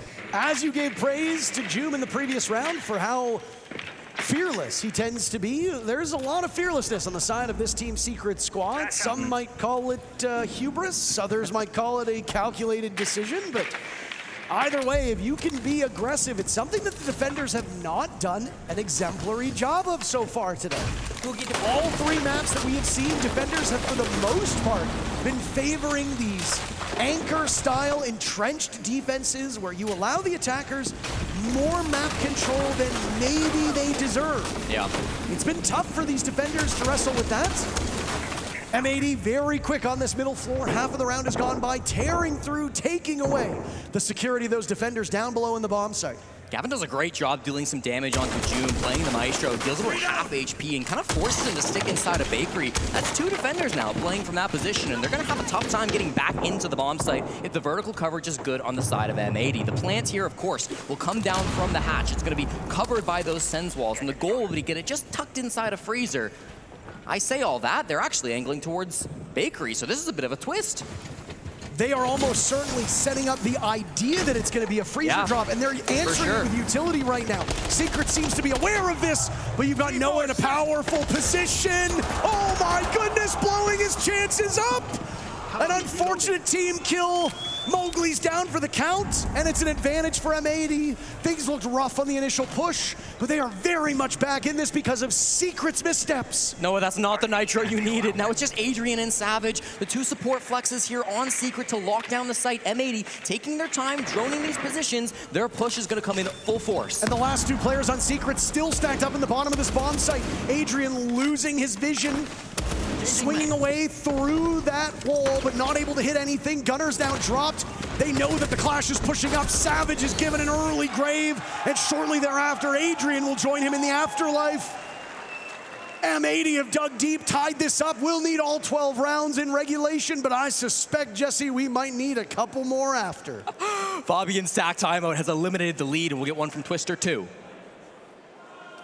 guys. I'm enjoying a lot the way that you guys are playing. I even think I like the mining defense as well. Let's just make sure that we are playing on them, as Savage said, once they are in the map, okay? We are having good info onto that. We just need to coordinate a little bit better for the reactions to be on time. You know, like for example, I'm pushing small, I'm pushing something, so we can react out of that a little bit better, Let's just okay? predict it, guys. Like the first 2 rounds when we were doing that, especially, you know, like that was perfect. You know, like do the same thing every round, yeah, guys. Predict them, like try to make a play before they make it on us. No, okay? this Their was resources will be fucked, guys. They will be splitted because they need the floors and the nades to clear all that stuff that we're putting inside of the map. So by that, they need to push into something for free, you know, and we'll be able to read that. Let's go round by round, guys. Okay, let's enjoy it. Let's get the shit. Let's go. No, can you actually play Masha? By round 11, map 3, it is all mental here in the server. There's important strats coming through. Remind your players of these things that you practiced before the game. Both Fabian and Twister doing a great job of that. But having that calming voice, settling things down for a minute is going to be even more important to win out these next 2 rounds. This game has tightened very quickly, and the supporting cast on the side of M80 has woken up. We were critical of them. Diffuser almost breaking even in terms of his kills and deaths, and it's been instrumental in setting up this team, doing a ton of damage along the way, though not securing those final kills. Doesn't look good for the stats, but still helping mighty to allow M80 to close the gap between these teams. There was a little bit of a worry on the side of the North Americans that Secret would run away with this, but as fate would have it and as skill would show, these teams far more evenly matched than the round count was showing. They won their own map so dominantly. Now we come to a single map where no team should have a huge advantage, and that's why I said, Jesse, I think OT is on the cards. Well, Parker, I gotta say, it wasn't so relevant on Kitchen, but now that the Mira's been banned out, holding top floor is gonna be a little bit more awkward. Noah played that operator on all 3 bomb sites that weren't the bottom floor. Now he's gotta flex a little bit. He goes to the Jaeger, can still be very effective in locking down that bathroom position. That steals the operator away from Adrian, who then hops onto the Maestro. A new look for this top floor bomb site. The question mark for me is, what do we see from Joom? Does he play a more aggressive role, defending like he has multiple times on this second half? Or do we see him play a more conservative style? He's been good in both cases. Maybe not so good in the early rounds when he's playing aggro, but on other maps, he's been terrific. He's been answered by M80 here, so he's not able to run roughshod over these attackers, so it certainly looks like a more conservative style defense for the Mute. Yeah, and I think M80 are super happy for that, right? They're not going to give Secret the opportunity to take these early gunfights, because look at their lineup. They've got Grim, they've got Capitao, they've got the Blitz as well. When this execute comes in, Parker, it's going to come extremely loud. Grenades tossed in through the skylight, caught by those magnets of the Wamai. I don't know if you saw the stack up of gadgetry by Adrian or if we're able to show it off, but he was sitting over by the Evil Eye Cam and almost every ADS, I think it was, situated around him by that new bout. Wow. Look at that. All 3 ADSs, a mute jammer. He's got intel from an Evil Eye Cam not too far away. 1 frag grenade. If all those ADSs are down, we'll clear it, but that's not gonna happen. Watch out for Mowgli in an aggressive spot. There's a run up from Savage as we say this too. Just outside of Bakery, they know he is here, but he's not moving anytime soon. Mowgli does go down, aggressive inside of Piano, shut up by Hot and Cold, so it's even more important this flank works. Kino being tased away by that Maestro Cam, and he gets dropped as Joom is there on Pixel. Diffuser, the next one, fed into the meat grinder. Down goes Noah. Savage will die too. M80 doubling up on Team Secret. Winner of this round moves to match points. Joom is last man standing, being watched as M80 all shuffle their way towards him. Joom has made his job a little bit easier and now has to take all of these remaining engagements isolated. They've read him from the spot on Skylight. Joom still keeping himself alive, but Gunner sees his shoulder.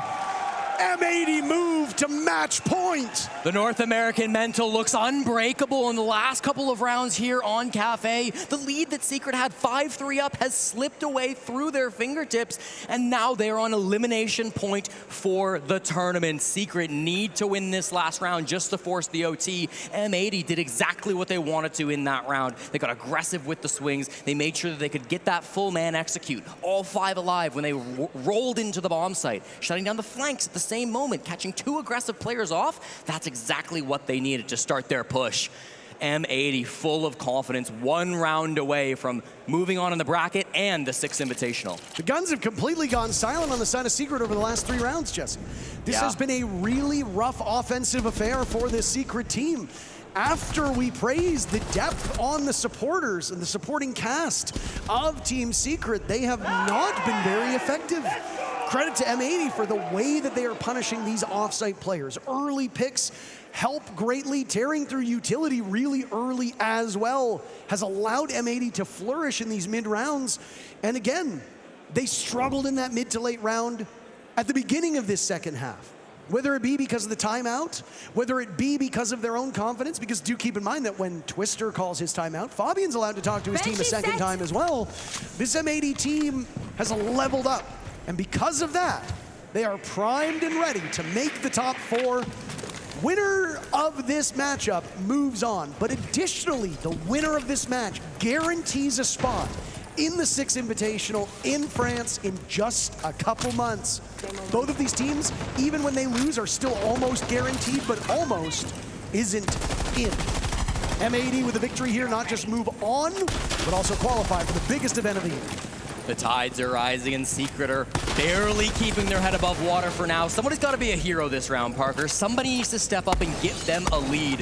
Who's it going to be? Noah on the Clash is unlikely to be that main spear point that gets the first frag. Adrian looking to get aggressive here on the cocktail balcony. A Nitro Cell could do it, but doesn't commit to it just yet. Gunnar, his target, has ran far away, so unlikely to land. Remember the last time we saw an engagement over by that white stairs window? It was Mowgli challenging it. It was a bit of a head scratcher because that is a very risky engagement. But look at this. M80 will go for the knockout punch, storming into the bomb site, rebuffed immediately by Secret. Savage finds 2. Diffuser the only one to get 1, and he grabs a second as well. Now pinned down, getting shot away at by Pillar. All the while, the rest of his team not in position to capitalize off of this. It was an isolated rush, and now Secret can fall back and regroup. With their 2 flash operators dead, they can't commit to that execute. Diffuser does a great job equalizing the man count, but now they need to slow down. Find these last 3 players before you commit. Adrian falls, and it's just Mowgli and Noah. Good news, though, that you've still got 2 great operators on Secret. Intel from the Pulse, and you've got an operator and a half on that Clash, Jesse. The shield acting is almost as if it's its own operator inside a B bomb site now. They think they have it for the taking, and a sweep will come in right as Diffuser looks away. Diffuser about to go down, shield planted. Diffuser shutting down Noah. He's got every kill in the round so far. Gunnar will deny the ace, and it all falls on Adrian, but Gunnar will strike twice, sending the favorites on their own soil home. NA wins again, and M80 make it to the top 4. The 2024 Rookie of the Year stepping up and showing exactly what he can do in the server. Didn't have the best game against FaZe in the upper bracket. Struggled a little bit in that moment, but then when things are all against the line, he steps up for his team, becomes the hero for M80, locks it down in both the early and the late round.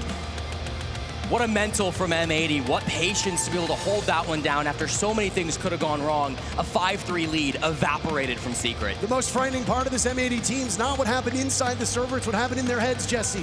Yeah. The ability for them to dig deep and make that comeback work against one of the best teams this year. We might be saying goodbye to Team Secret, but boy, oh boy, did they win your hearts or what? I guess not. I guess not. I guess they're fair weather fans. It's a solemn moment, Parker. I mean, you can see it from Fabian against his home region. He knows how much it hurts to lose in moments like these because he's been here so many times before, but there's no doubt Secret will be back. It's been a great tournament from them, and they're an amazing team. No, and M80 will be in action later in this event. They'll await the team that they face, as that'll be coming up in the G2 wildcard matchup, which will be occurring in just a couple minutes. Gunnar did a lot of his talking inside of the server, Jesse, but I've got some good news for you. What's that? We get to hear what he actually has to say on stage. We do indeed. The secret is out. M80 continue to ride their wave here in the competition. I'm standing by here with Gunnar. You said it to me as you walked up here. Inevitable. I mean, Secret, they love going up early on us and then shitting their pants, and we come back every single time. So I'm inevitable against those guys, I guess. I mean, you proved it there in the server. You've got no fear when it comes to becoming public enemy #1 in front of an audience. Does it not concern you a little bit that this crowd might turn against you even more as the tournament rolls on? No, honestly, I hear a lot of cheering right now, and I feel loved, so I don't know what to say. I feel loved. You know what, if I could give you and your team one piece of advice, it would be that Fabian needs to swear more when he's giving you direction. What do you think? I mean, I would love that, you know, when Fabian gets mad, the little fist bumps get harder and harder. I'm like, oh, fuck, like, you know, so I would rather the swearing than getting, you know, beat.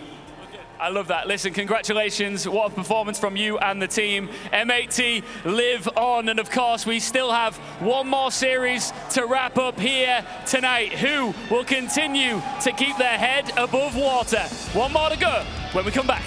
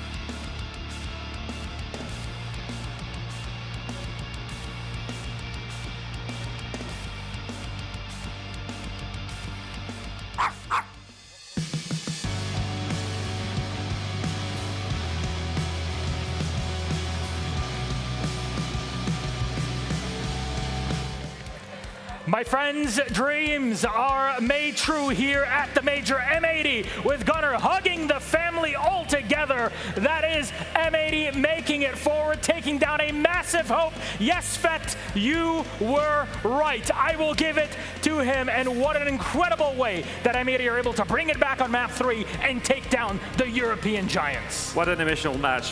What it means to these players, it's always something beautiful to watch, and you can see Joom exiting the arena here, obviously disappointed. He wanted it for his family, for this crowd, for his country. I think he put in a lot of effort into this, and I think we can praise him as well. Team Secret were only a few rounds away from making it further. It was already a beautiful battle, but wow.